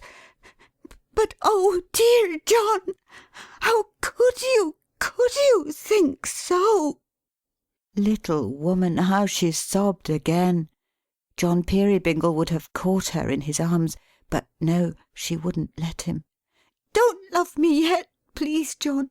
Not for a long time yet. When I was sad about this intended marriage, dear, it was because I remembered May and Edward such young lovers, and knew that her heart was far away from Tackleton. You believe that now, don't you, John?" John was going to make another rush at this appeal, but she stopped him again. "No, keep there, please, John. When I laugh at you, as I sometimes do, John, and call you clumsy, and a dear old goose, and names of that sort, it's because I love you, John, so well, and take such pleasure in your ways, and wouldn't see you altered in the least respect to have you made a king to-morrow." "Hurrah!" said Caleb with unusual vigour. "My opinion!" "And when I speak of people being middle-aged and steady, John, and pretend that we are a humdrum couple going on in a jog-trot sort of way, it's only because I'm such a silly little thing, John, that I like sometimes to act a kind of play with baby and all that, and make believe." She saw that he was coming, and stopped him again, but she was very nearly too late. "No, don't love me for another minute or two, if you please, John. What I want most to tell you, I have kept to the last. My dear, good, generous John, when we were talking the other night about the cricket, I had it on my lips to say that at first I did not love you quite so dearly as I do now. That when I first came home here, I was half afraid I mightn't learn to love you every bit as well as I hoped and prayed I might, being so very young, John. But, dear John, every day and hour I loved you more and more. And if I could have loved you better than I do, The noble words I heard you say this morning would have made me. But I can't. All the affection that I had, it was a great deal, John, I gave you as you well deserve, long, long ago, and I have no more left to give. Now, my dear husband, take me to your heart again. That's my home, John, and never, never think of sending me to any other. You never will derive so much delight from seeing a glorious little woman in the arms of a third party as you would have felt if you had seen Dot run into the Carrier's embrace. It was the most complete, unmitigated, soul-fraught little piece of earnestness that ever you beheld in all your days. You may be sure the Carrier was in a state of perfect rapture, and you may be sure Dot was likewise, and you may be sure they all were, inclusive of Miss Slowboy, who cried copiously for joy, and wishing to include her young charge in the general interchange of congratulations, handed round the baby to everybody in succession, as if it was something to drink. But now the sound of wheels was heard again outside the door, and somebody exclaimed that Gruff and Tackleton was coming back. Speedily that worthy gentleman appeared, looking warm and flustered. "Why, what the devil's this, John Peerybingle?" said Tackleton. "There's some mistake. I appointed Mrs. Tackleton to meet me at the church, and I'll swear I passed her on the road on her way here. Oh, here she is. I beg your pardon, sir. I haven't the pleasure of knowing you. But if you can do me the favour to spare this young lady, she has rather a particular engagement this morning." "But I can't spare her," returned Edward. "I couldn't think of it." "What do you mean, you vagabond?" said Tackleton. "I mean that as I can make allowance for your being vexed," returned the other with a smile, "I am as deaf to harsh discourse this morning as I was to all discourse last night." The look that Tackleton bestowed upon him, and the start he gave! "I am sorry, sir," said Edward, holding out May's left hand, and especially the third finger, "that the young lady can't accompany you to church. But as she has been there once this morning, perhaps you'll excuse her." Tackleton looked hard at the third finger, and took a little piece of silver paper, apparently containing a ring, from his waistcoat pocket. "Miss Slowboy," said Tackleton, "will you have the kindness to throw that in the fire? Thank'ee. It was a previous engagement, quite an old engagement, that prevented my wife from keeping her appointment with you, I assure you," said Edward. "Mr. Tackleton will do me the justice to acknowledge that I revealed it to him faithfully, and that I told him many times I never could forget it," said May, blushing. "Oh, certainly," said Tackleton. "Oh, to be sure. Oh, it's all right. It's quite correct. Mrs. Edward Plummer, I infer." "That's the name," returned the bridegroom. I shouldn't have known you, sir," said Tackleton, scrutinizing his face narrowly, and making a low bow. "I give you joy, sir." "Thank'ee." "Mrs. Peerybingle," said Tackleton, turning suddenly to where she stood with her husband, "I am sorry. You haven't done me a very great kindness, but upon my life I am sorry. You are better than I thought you. John Peerybingle, I am sorry. You understand me. That's enough. It's quite correct, ladies and gentlemen all, and perfectly satisfactory. Good morning." With these words he carried it off, and carried himself off too, merely stopping at the door to take the flowers and favours from his horse's head, and to kick that animal once in the ribs, as a means of informing him that there was a screw loose in his arrangements. Of course it became a serious duty now to make such a day of it as should mark these events for a high feast and festival in the Peerybingle calendar for evermore. Accordingly, Dot went to work to produce such an entertainment as should reflect undying honour on the house and every one concerned; and in a very short space of time she was up to her dimpled elbows in flour, and whitening the carrier's coat every time he came near her, by stopping him to give him a kiss. That good fellow washed the greens, and peeled the turnips, and broke the plates, and upset iron pots full of cold water on the fire, and made himself useful in all sorts of ways; while a couple of professional assistants, hastily called in from somewhere in the neighbourhood, as on a point of life or death, ran against each other in all the doorways and round all the corners, and everybody tumbled over Tilly Slowboy and the baby everywhere.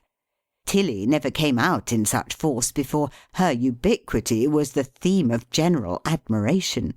She was a stumbling block in the passage at 25 minutes past 2, a man trap in the kitchen at 2:30 precisely, and a pitfall in the garret at 25 minutes to 3.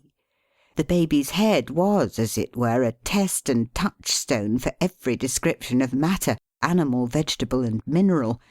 Nothing was in use that day that didn't come at some time or other into close acquaintance with it. Then there was a great expedition set on foot to go and find out Mrs. Fielding, and to be dismally penitent to that excellent gentlewoman, and to bring her back, by force if needful, to be happy and forgiving.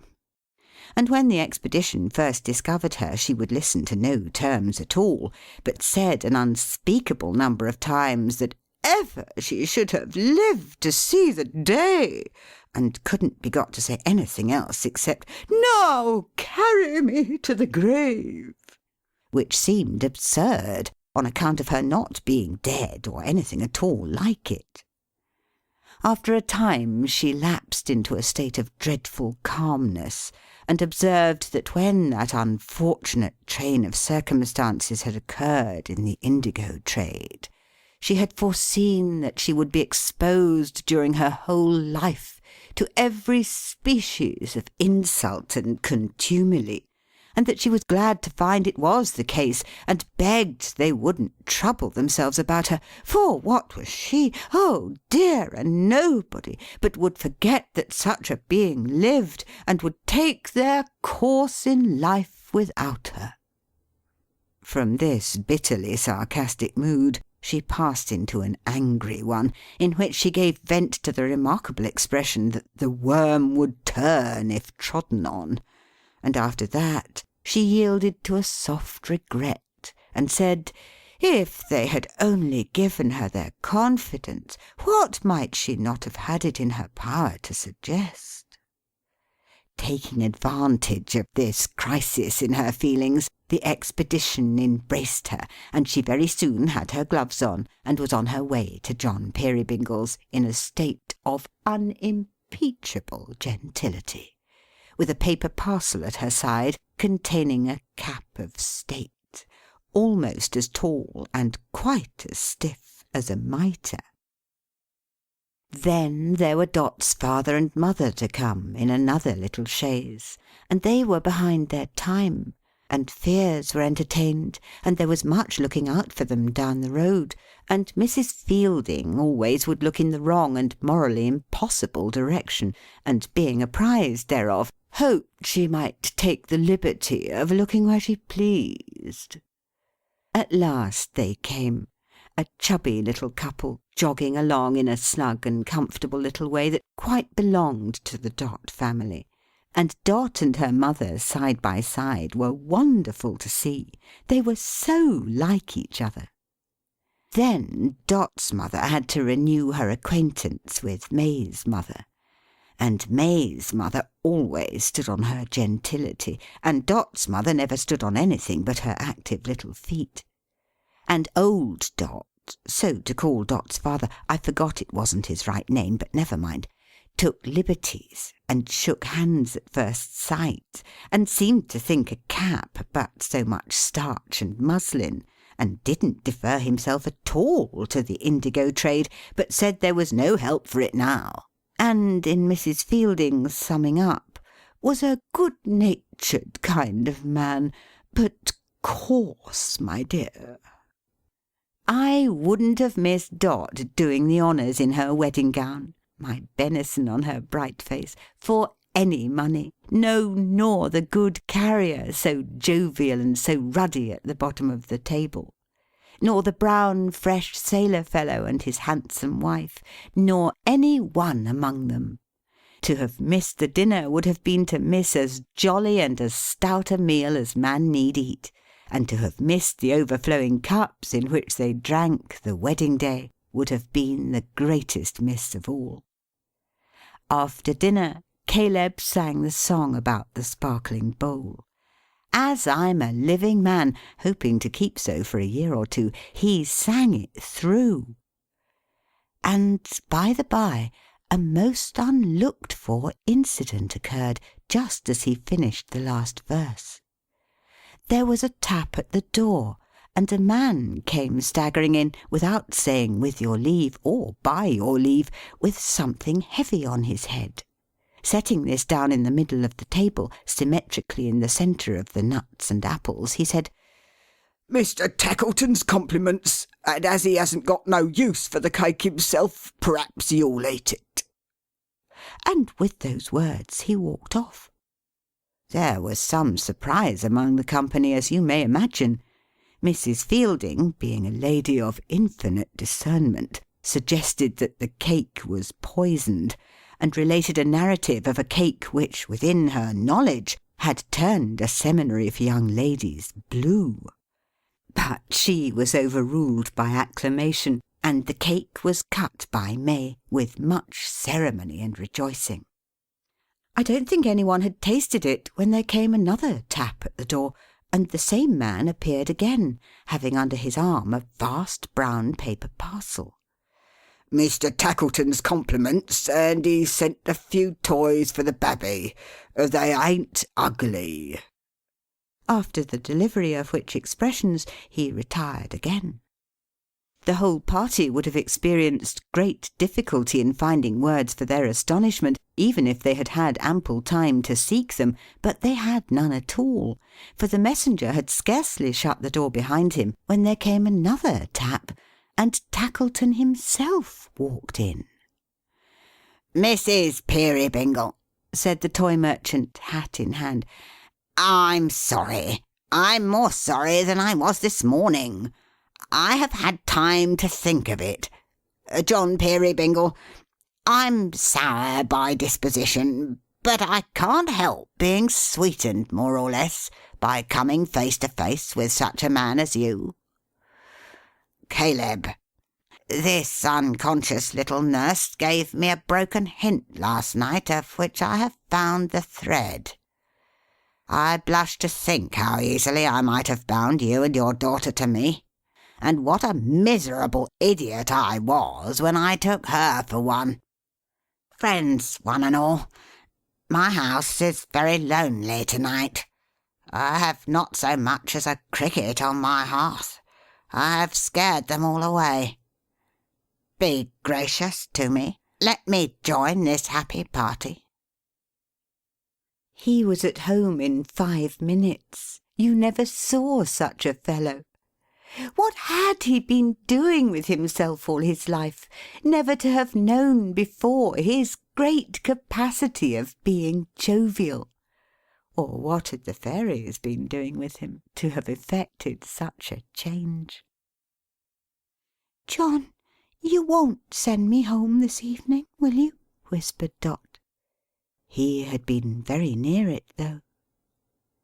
There wanted but one living creature to make the party complete, and in the twinkling of an eye, there he was, very thirsty with hard running, and engaged in hopeless endeavours to squeeze his head into a narrow pitcher. He had gone with the cart to its journey's end, very much disgusted with the absence of his master, and stupendously rebellious to the Deputy.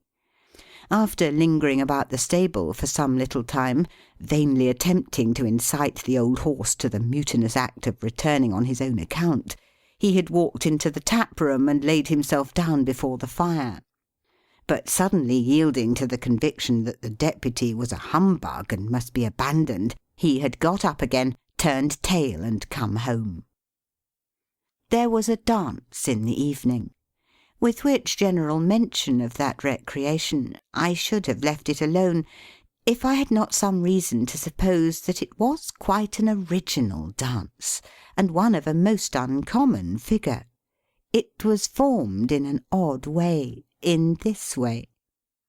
Edward, that sailor fellow, a good, free, dashing sort of fellow he was, had been telling them various marvels concerning parrots and mines and Mexicans and gold dust, when all at once he took it in his head to jump up from his seat and propose a dance, for Bertha's harp was there, and she had such a hand upon it as you seldom hear. Dot, sly little piece of affectation when she chose, said her dancing days were over, I think because the Carrier was smoking his pipe, and she liked sitting by him best. Mrs. Fielding had no choice, of course, but to say her dancing days were over after that, and everybody said the same, except May. May was ready. So May and Edward get up amid great applause to dance alone, and Bertha plays her liveliest tune. Well, if you'll believe me, they have not been dancing 5 minutes, when suddenly the Carrier flings his pipe away, takes Dot round the waist, dashes out into the room, and starts off with her, toe and heel, quite wonderfully. Tackleton no sooner sees this than he skims across to Mrs. Fielding, takes her round the waist, and follows suit. Old Dot no sooner sees this than up he is, all alive, whisks off Mrs. Dot into the middle of the dance, and is the foremost there. Caleb no sooner sees this than he clutches Tilly Slowboy by both hands, and goes off at score. Miss Slowboy, firm in the belief that diving hotly in among the other couples, and effecting any number of concussions with them, is your only principle of footing it. Hark! How the cricket joins the music with its chirp, chirp, chirp, and how the kettle hums. But what is this? Even as I listen to them blithely, and turn towards Dot for one last glimpse of a little figure very pleasant to me, she and the rest have vanished into air, and I am left alone. A cricket sings upon the hearth, a broken child's toy lies upon the ground, and nothing else remains. End of The Cricket on the Hearth by Charles Dickens. Recording by Ruth Golding. Christmas 2011. Hi, this is Super Utils with some afterwords. I'm here just to ask, if you enjoyed this audiobook, then please do click on the like button down below and subscribe to my channel. Thanks a lot for your attention and have a wonderful day!